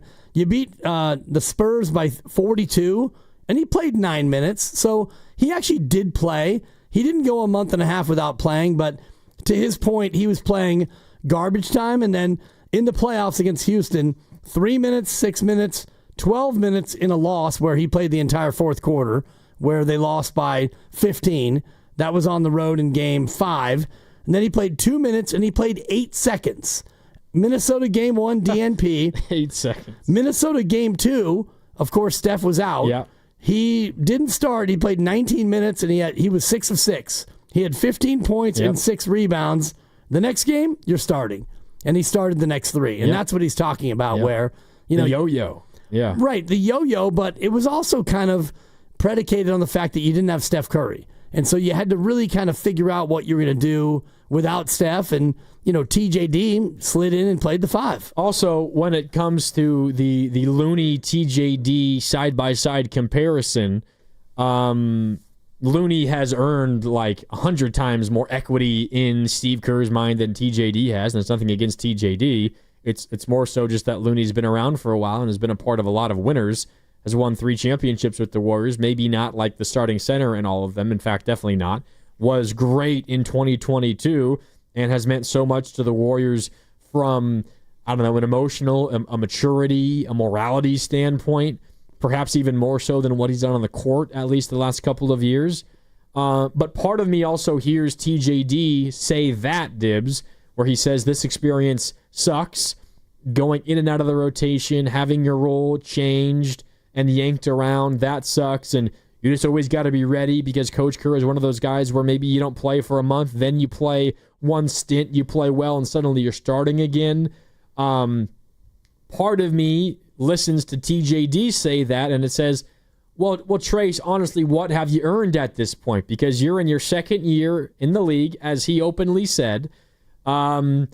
You at times have been a pretty frustrating player. Your numbers around the rim leave little to be desired. It's one thing, I guess, Dibs, for Kevon Looney to say it when you are a 10-year vet and have meant so much to the organization. It's another when Trace Jackson Davis says it, although they're not saying exactly the same thing, but I think the larger point is intact for both. It just, the messenger matters, and it feels a little bit different coming from Trace Jackson Davis than it does coming from Looney. Yeah, because Kevon's done it, and he's, like you said, he's won 3 titles, and he hasn't been a huge cog in all 3 titles, but he's been a part of it. And you go back to 2022, he actually was a big part of that championship where he came out and rebounded his ass off in games that you needed to win. And so that's kind of where Kevon's frustration comes from, where it's like, oh, now you don't trust me? It's only been a couple of years since I helped you win a title. And you look at both players this past postseason, and Kevon Looney played 120 minutes and TJD played 80 minutes. That's not a lot of minutes over the course of, that would be, 12 games? They played 12 playoff games in total. And, Kevon played 10 minutes a game and TJD played basically 7 minutes a game, 6.5 a game. So that's where you get frustrated, where, you don't play at all, and then, you're needed, and now you start, and then the next game you're not needed, and so you go back to the bench. It's got to be hard. Do you feel like Steve Kerr or any coach of a professional team owes it to each and every one of his players to, I don't know if to be open and transparent about everything is the right way to phrase it, but just communication often about your role and what's being asked of you? Does a coach owe that to every single one of his players, whether you're a star or whether you're the 13th man? You don't owe it to him, but it definitely makes things go better. And, I've never coached professional sports. I've coached a bunch of high school sports, and I know that and I've won many championships too, Cam. Don't let that get in the way of your conversation with Ken back there. But when you get into a situation where you've got, maybe not a controversy, but you've got a spot on your team that you may go either way, it's up to you as a coach to let those players know what you're thinking and what the pecking order is and what the expectations are. So this Warrior team is a great example because, before the Steph injury, you're going up against Houston, and they've got Steven Adams and Şengün. So how are you going to stop Şengün and Steven Adams? Well, you can't. So you're going to put Draymond on Şengün, and if you have Draymond play the 5, what are you going to do about Steven Adams? Well, you're going to try to foul him off the floor because Kevon can't guard him and Quentin can't guard him. And, Trace was having a hard time guarding him. So when you start to think about how you match up with Houston, you realize that you can't match up with them on that end. So you go the other way and you decide that you're going to go small and you're going to make Houston have to match up with you. And so when you have those conversations with Kevon and TJD and maybe Quentin Post, yeah, you have to let them know what their role is going to be. And a lot of it is dependent on how Draymond does. So if Draymond gets into foul trouble, then, we're going to look to you, Kevon, or, if it's going to be Steven Adams out there, we're going to go with Kevon. And TJD, I don't know if this really matchup, if this one works for you. And, Quentin, we're going to play you, but if you don't make your first shot, you're coming out. Well, you can't say that to a player. You have to find a way to communicate that to Quentin without actually saying that, because that puts too much pressure on him. But it feels like, and maybe this is just as simple as, sorry, bud, you're not good enough. Like, you're just not a good enough player to earn this many minutes. You can't say that, though. I know, you can't. But sorry, bud. I know that wasn't me, a coach, talking to my player. But Coach Grandy. That is the basis of why you're not playing a lot, because I don't think you're good enough, right? Like that. I mean, Steve Kerr would never say that, but that's what you're thinking. If you thought you were good enough to help the team win, then you'd be playing a lot. But if there was, I think, a common thread in players' frustration with Steve Kerr, it's probably what these guys are both talking about, which is maybe it's less so the communication, although sometimes it might be that or potentially lack thereof. It's just in general, the inconsistency of the opportunity. This goes all the way back to the very beginning of Kuminga and Moody's careers, like years ago. And we just got this text on the Boxer and Gerson work injury attorneys text line from the 510. How are you allowed to show Coach Kerr that you can play your role if you aren't allowed to play? And again, maybe it's just as simple as, sorry, you're not good enough right now, so I'm not going to... Bud. Sorry, bud. So I'm not going to let you play through it when we're trying to win basketball games, but there does come a point in time where it's, well, is it chicken or the egg? Am I not able to fulfill my role because I'm not given the opportunity to fulfill my role, or am I just not good enough yet to fulfill my role? And that's where coaching gets to be very tough because Steve Kerr doesn't have any idea going into a game who's going to play well and how it's going to work. And I'm just looking at the Houston series as an example. Okay. And you go with Jimmy, Steph, Draymond, Pods, and Moses. That's your starting five. And those guys play. Draymond plays 36 and a half minutes. And if you look at the five, Quentin played 12 minutes. He was 0 for 3 and 0 for 2 from 3. Kevon played 8.5 minutes, and he had 1 rebound and 1 foul. So clearly, in that game, you look at Kevon Looney and Quentin Post at the 5, and whatever Steve saw, it wasn't working. And you went on to win that game by 10 points over Houston on the road. You stole game 1, and you did it with a lot of Draymond Green at the 5. And so you get into game 2, and you figure out, all right, how can we manage game 2 in that same way? And that's a situation where things got a little bit different. And the Rockets, I know, built up a big lead in that game. And so you ended up having some Kuminga. Kuminga played 26 minutes in that game. And Quentin Post played. You ended up playing, man, TJD got 3 minutes late. Kevon Looney, he ended up getting 13 minutes. But that game 2 was kind of a, hey, we're up 1-0. Let's play everybody and let's just, see if we can't get out of here intact. Yeah, and obviously, I mean, they got blown out in that game, and then the series was tied, and the rest is history. We know how it went the rest of the way. And that was the Jimmy Butler injury game, right? And late in the first quarter. He played 8 minutes, and once he got hurt, it was like, okay, we're in trouble. We lost Butler. They were already down at that point, I think, when he got hurt, too.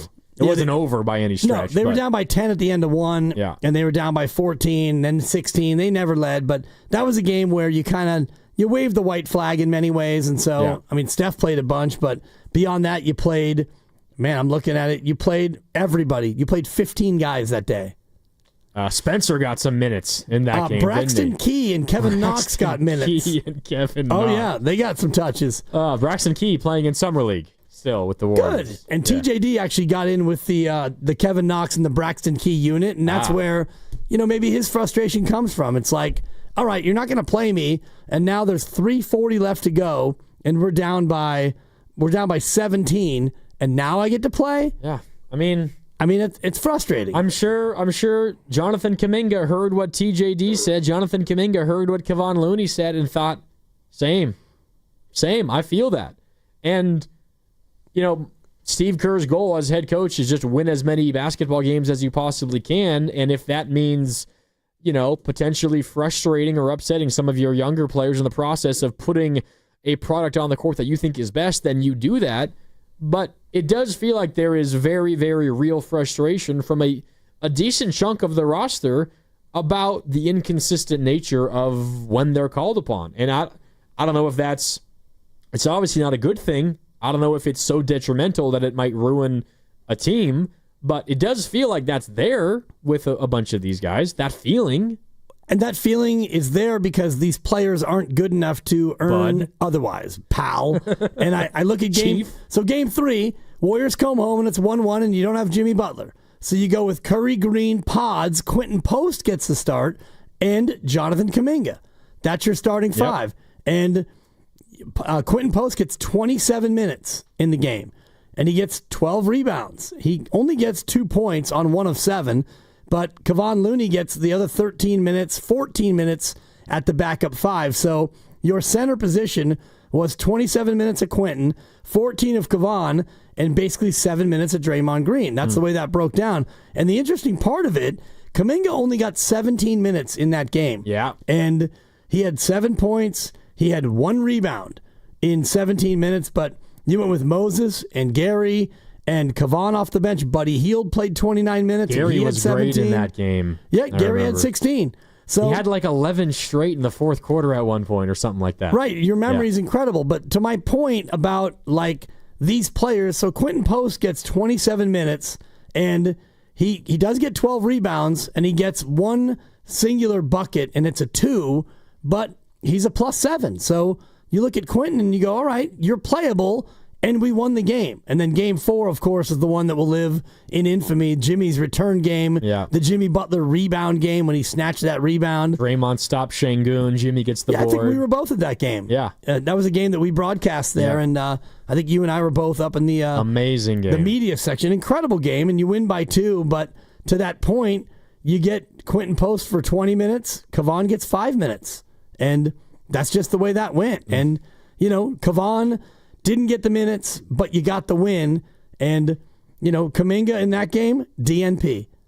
So Kuminga goes from starting in game 3 and didn't play great and grabbed 1 rebound. Game 4, you don't get to play. And in that game 3, when he started, he was probably expecting like, oh, this is time for 30 minutes. And he got how many did you say, 17? I think that's right, 17. Yeah, because, it was not going great. It was not going, and it was kind of his audition. It was the only chance he had to play in the whole playoffs up to that point. 3 of 7 from the floor and 1 rebound. And so you get through that game, you win that game, and you realize Quentin Post had a rookie. He had 12 rebounds, and JK had 1. And so you get into game 4, JK, you get a DNP. So in a moment like that, I'm siding with Steve Kerr, but it's also still, you do that, obviously, in a playoff game like that. You have a player that's struggling. It doesn't matter who you are.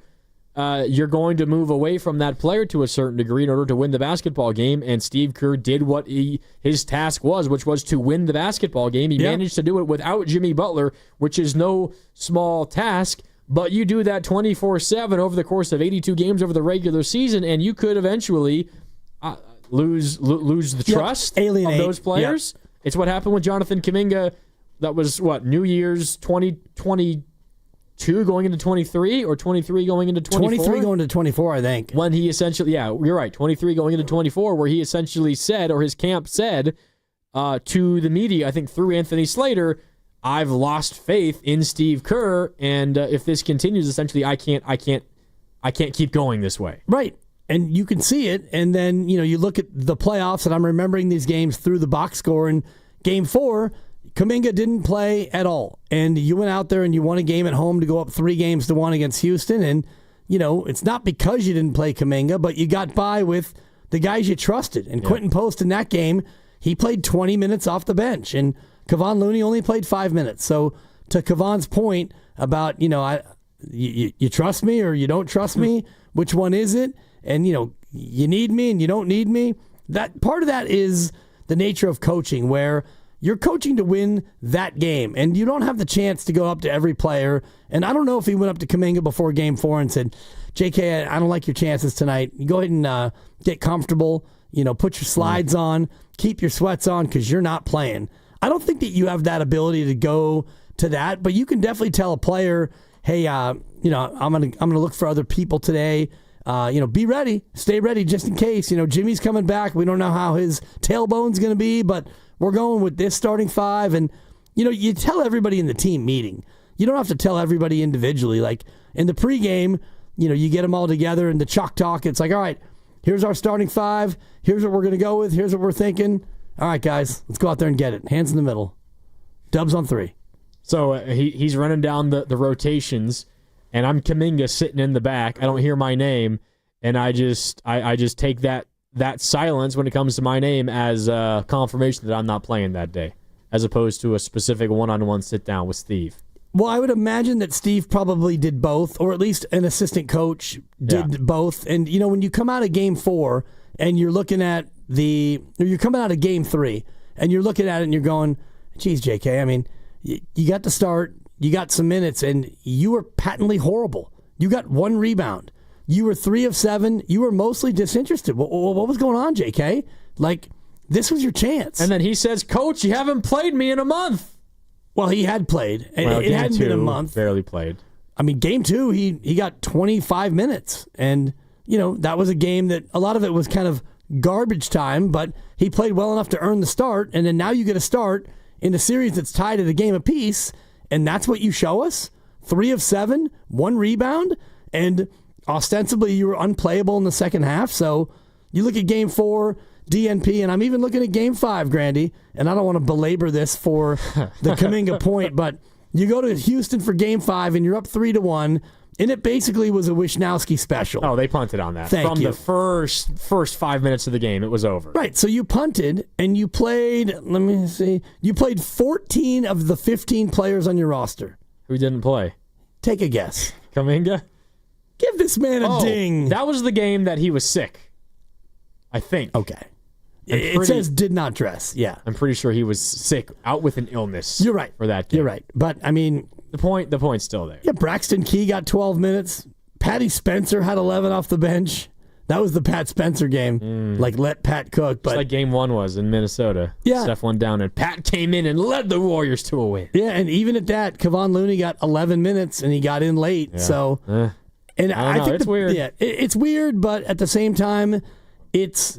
I mean, if you're Steve Kerr, you're looking to win, especially in the playoffs. You're looking to win each individual game. And if the matchup isn't good for Kevon, then I'm sorry you have to sit. And if Kuminga's not going to exert and play the way you need him to play, then you got to go somewhere else. Yeah, I'm with you. Also, congratulations to Ignacio in San Mateo.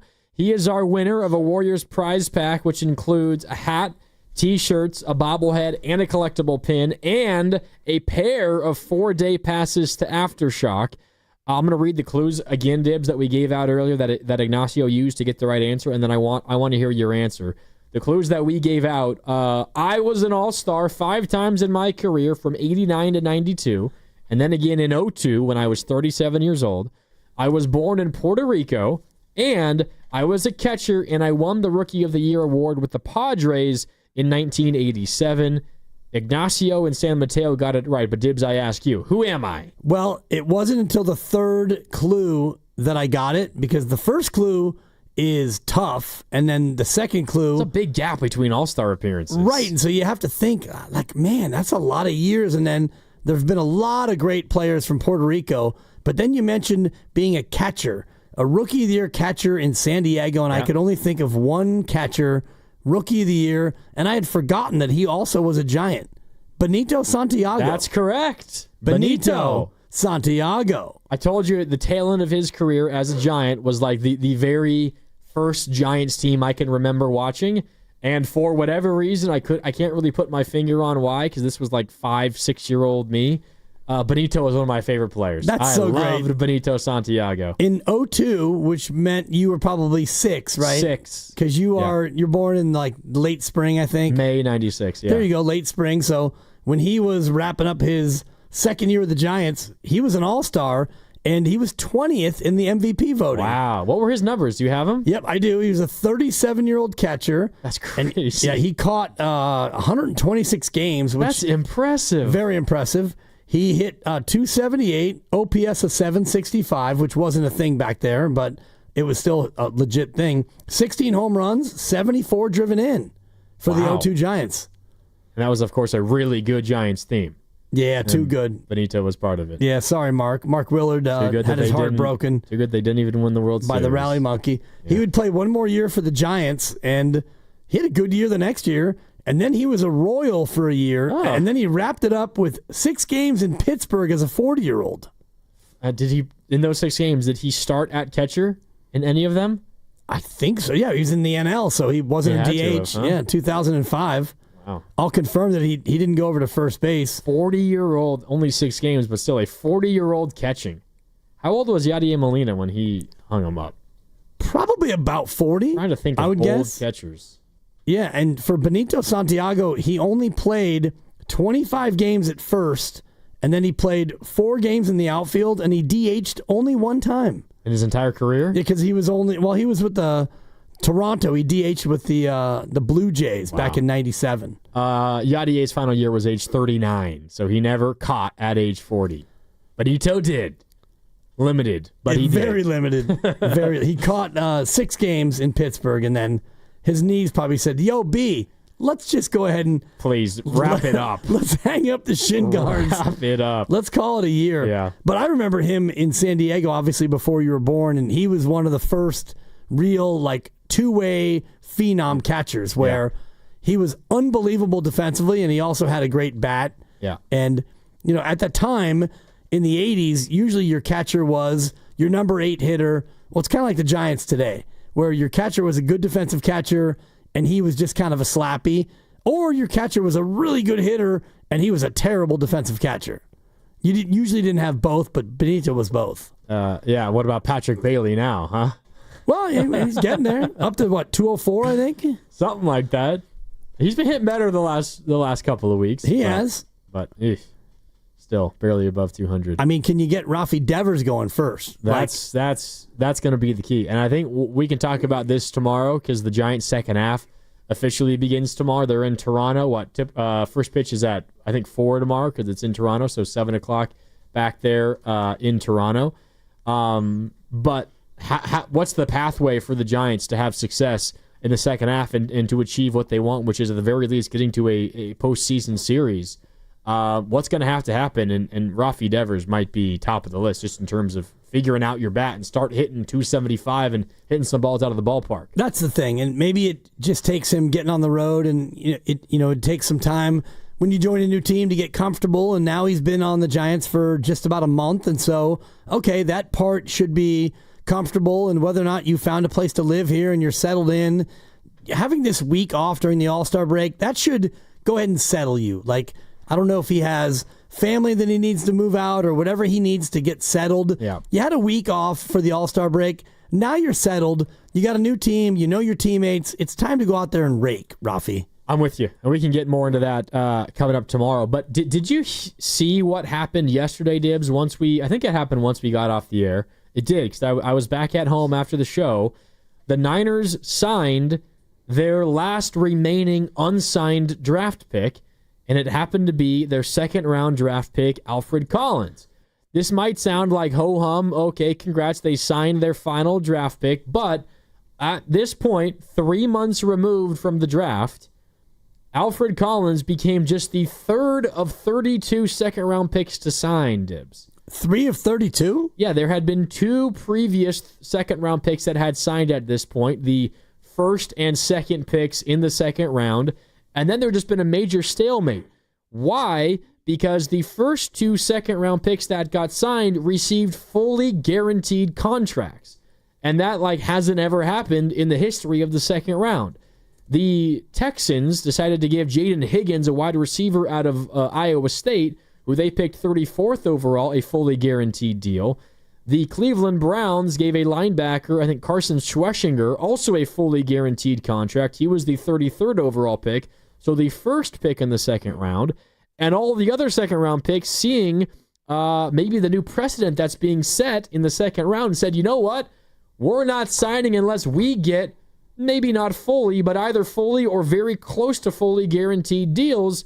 And we're willing to hold out through training camp because guess what? We're not under contract at all, which means we can't get fined.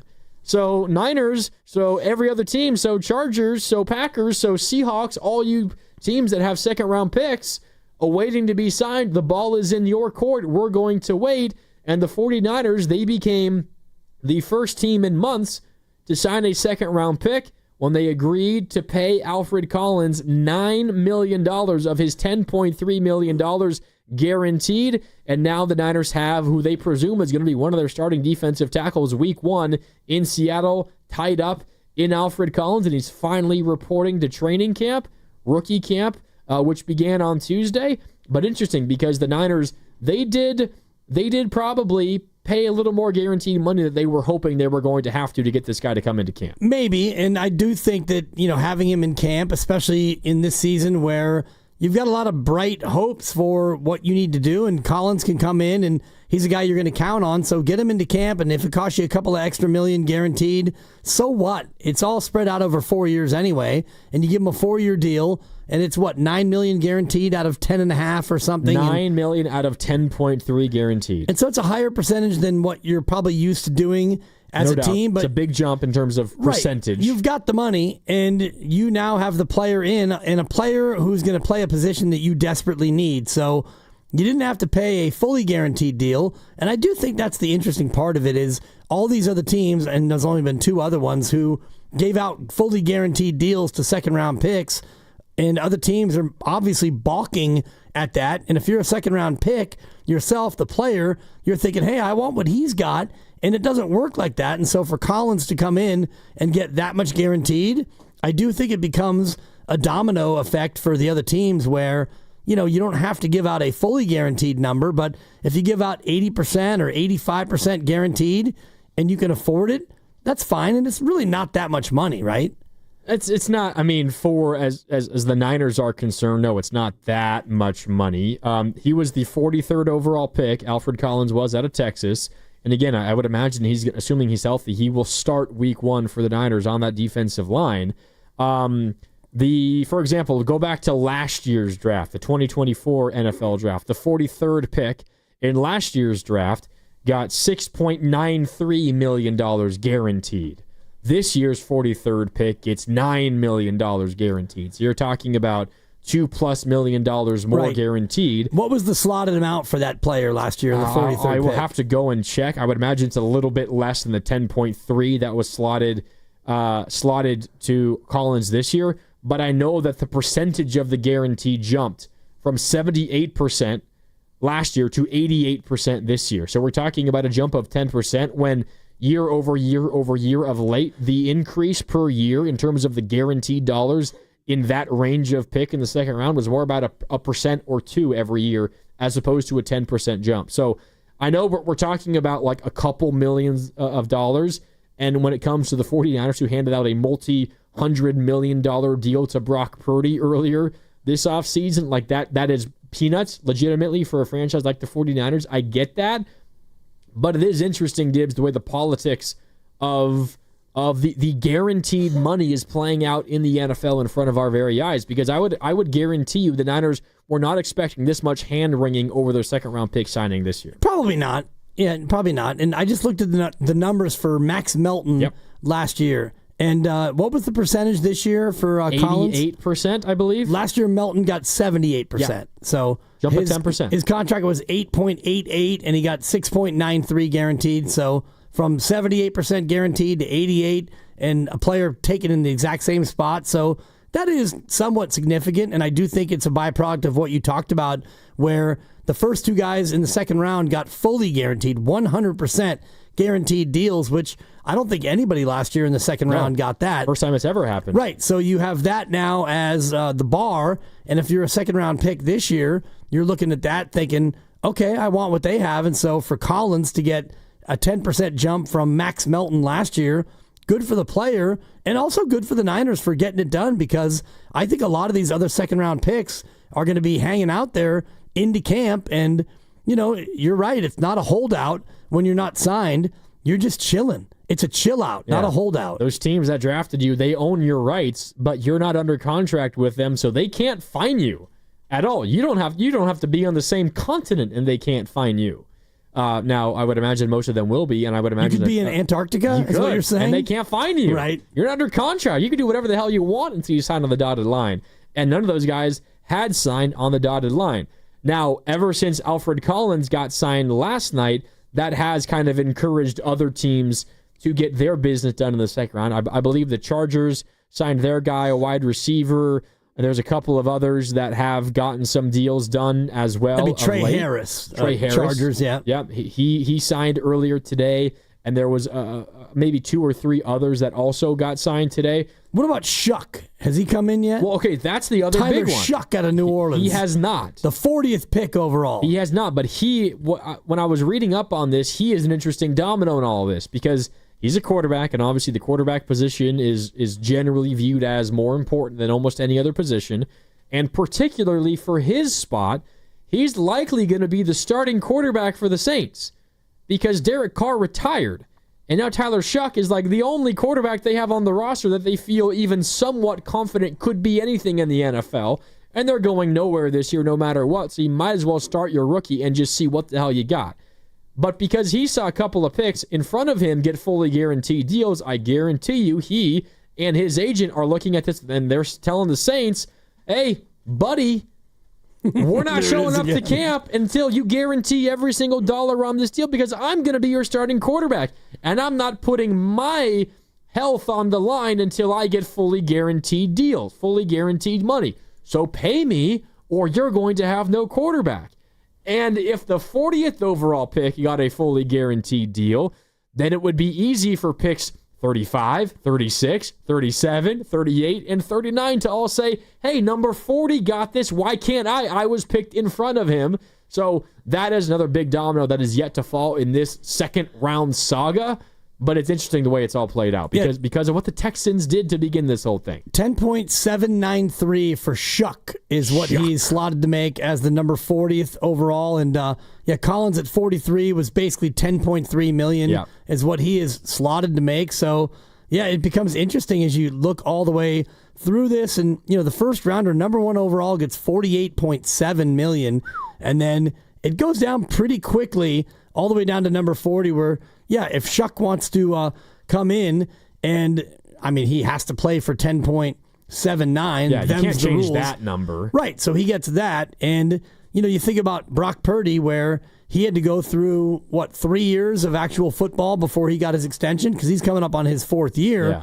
And his extension actually doesn't kick in until next year, but because he's played so well, his base number actually jumps up by 5 times. He's making, I think, $9 million in total this year based on... Way to go, Brock. With the base and all that. But if you're Tyler Shuck, even if you get the 10.793 fully guaranteed, that's over 4 years, which if you play great... you're going to end up outplaying that contract pretty quickly as a starter. If you're even just an average starter, you're far and away going to outplay that contract. We'll see how it all plays out. If you're Mac Jones, then you're on to your next team, and you're still waiting for that big second contract. Yeah, and he's now a backup for the 49ers. All right, time for a break. We can break down a little bit more about this because I think we can draw some parallels potentially between this and the Juwan Jennings situation that the Niners are currently being tasked with fixing. We can get into that when we come back. If you haven't already, make sure to subscribe to Willard and Dibs on the free Odyssey app or wherever you find your favorite podcasts. And while you're there, make sure to check out Steiny and Guru and what they had to say about the latest in the Jonathan Kuminga situation. We'll talk more about the Niners, Juwan Jennings, Alfred Collins, and always time for your calls and your text, 888-957-9570. When we come back, it's Willard and Dibs. Dibs and Grandy with you on this Thursday right here on 95.7 The Game.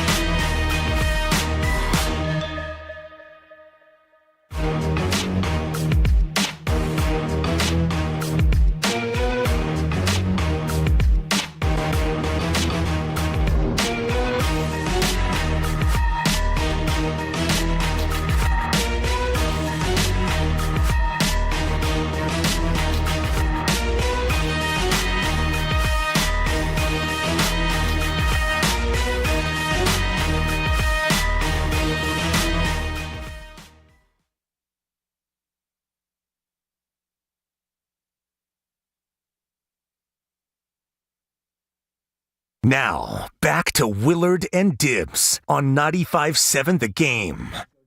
Welcome back. All guests on 95.7 The Game appear on the River Islands guest line. Isn't it time for you to discover the islands, River Islands, and Lathrop? It's Willard and Dibs, but no Willard today. Dibs and Grandy with you. We got about 10 minutes left here on this Thursday. Talking about Alfred Collins, Dibs, second-round pick of the Niners, 43rd overall, who they signed I like the last player, night. I like the pick. I mean, he does have a pretty impressive tape, highlight reel, if you will, No doubt. at Texas. And playing in the SEC. Watch what he did against Georgia a couple of times. I know Texas didn't have the most success against Georgia, but he was pretty darn good in the middle of that defensive line. Can he shed the double team, though? That's my only concern. I mean, he's a big guy. I mean, he's a space eater. I don't know if they need him to shed double teams. Just take on a double team. Help free up Nick Bosa by taking on two guys. Yep. And help free up Fred Warner in the run game. Yeah. That way he can have a clean lane to the ball carrier. Yeah. I think he's going to start week 1, so it's good the Niners got this done, but it's kind of weird the way it played out. Second-round picks, holding out for more guaranteed money. I ultimately think, Dibs, the Niners bit the bullet. Now, I think it's what I would have encouraged them to do. I don't think it's a bad thing.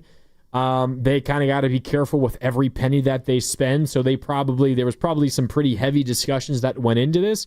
But considering, Dibs, that this is a guy that you are going to ask to start for you week 1, I don't really think you had any other recourse but to give him a big jump up in the guaranteed dollars and get him into camp ASAP and get him ready for week 1 because we're not that far away from football. In fact, I think the first game of the regular season, Dibs, we are 49 days. 7 weeks. 7 weeks from today. 7 weeks. Not Niners game, but the first game of the NFL regular season. The first real game. 7 weeks from today. And the first phony game, I think, is 3 weeks from today. I want to say that the Hall of Fame game is... I think it might be 2 weeks from today. That would be the 31st. I thought it was in August. I could be wrong, but it's not worth you even Googling because, I mean, we'll get excited that day and then, we'll have it on the studio and nobody will watch it.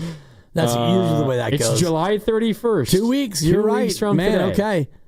So I mean, the Hall of Fame game is still a ways away from regular season football, but we're not that far away from this being real and it being football season. So you do whatever you got to do to get your second round pick in, especially when you're going to rely on that guy to be a starter, as the Niners will. Yep. So I don't blame them at all for doing what they did, but they did kind of cave into the pressure that the players have been putting on all these teams. I don't agree with your characterization of it being a cave. They ended up giving him 10% more guaranteed than what the guy got last year. And if you look at the actual deal, it's 4.1 in a signing bonus, which is spread out over 4 years anyway. So the actual cash outlay in terms of a cap hit, it's not that much. And it's going to be slotted anyway. You're going to pay him what the league dictates you're going to pay him. So why not give him a little bit more guaranteed? Give him a little bit more of that in a signing bonus. You have cash on hand because you're the Niners, and you just sold off a piece of your team to 3 different people, and you recouped about $800 million in that sale. So you've got the money, you've got the cap room. Why not just get this thing done and get him into camp ASAP? So I don't think that they caved or they had to cower to the player. I think they saw a situation where a lot of players are getting fully guaranteed deals in the second round, where 2 guys are getting fully guaranteed deals, and so they actually didn't have to do that. So to me, it comes off as a win. I mean, you got the guy in camp. Right. Again, I would have told them cave. I think that. Yeah, I just don't think it's a cave. There is a negative connotation about caving, I guess. I would feel very confident that the Niners paid him more guaranteed money that they originally thought they were going to have to. That to me feels like a cave. Okay. Yeah, but, you can call it a cave if you want, but I would have encouraged them to do it. Just do whatever it takes to get him into camp. And they did that. Right, so their last drafted player is now their full under draft contract. class is signed. They're here. So their full team is ready to go, including Juwan Jennings, although he may hold in. He may show up and just not play if he doesn't get a new deal. But again, the vets don't report for 5 more days. Yeah. So we have 5 more days to really worry about whether or not Juwan Jennings is going to be ready to roll. And honestly, if he wants to spend a week holding in, I don't really mind. I don't really care. We know what Juwan can do. He's a great blocker. He's a good receiver. He's a team guy. And honestly, if Juwan Jennings isn't out there the first week, that means more reps for Jacob Cowing, more reps for Ricky Pearsall if he's actually healthy and ready to go, more reps for Watkins, more reps from everyone else. Do you think there is some connection or through line behind how the Niners handled Alfred Collins and giving him more guaranteed money than maybe they were expecting, and how they handled Juwan? Does this make it maybe more likely in your mind that they cave and give Juwan what he wants? Now that would be a cave. If you want to talk about a cave, if you cave into Juwan Jennings and his demands, then that to me is more of a cave than this. But yeah, fair. But I don't think that there's a through line between the two. No connection. No, I don't think so. I think they looked at the situation with second-round picks and the fact that 2 of them got fully guaranteed deals.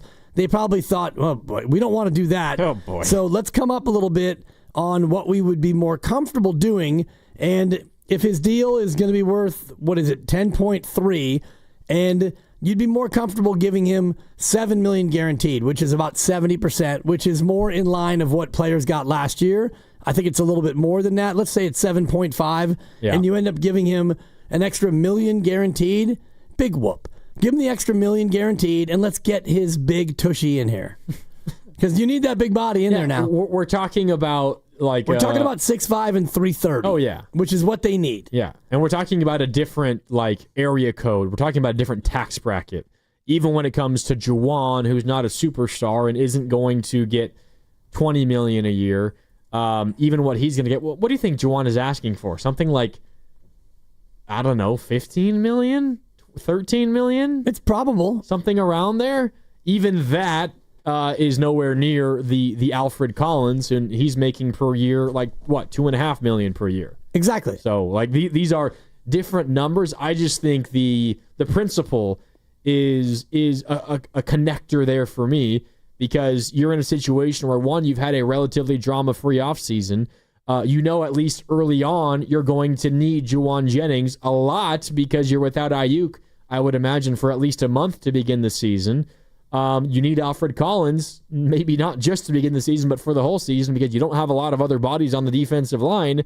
Those are 2 guys you need, and you did what it took to get Alfred Collins done. Now you might just do what it takes to get Juwan done. Depends on what that is, because he's making 4.3 this year guaranteed, and then he has another $3 million in bonuses. So if you want to convert all those bonuses into actual money, and that's 7.5, and you want to tack on another year at 7.5, and you give him a 2-year deal worth $15 million, and you make, 8 of that or 9 of that guaranteed, would that be enough for Juwan Jennings? I don't think so. I think Juwan sees himself off of last year as being worth more than 2 years and $15 million.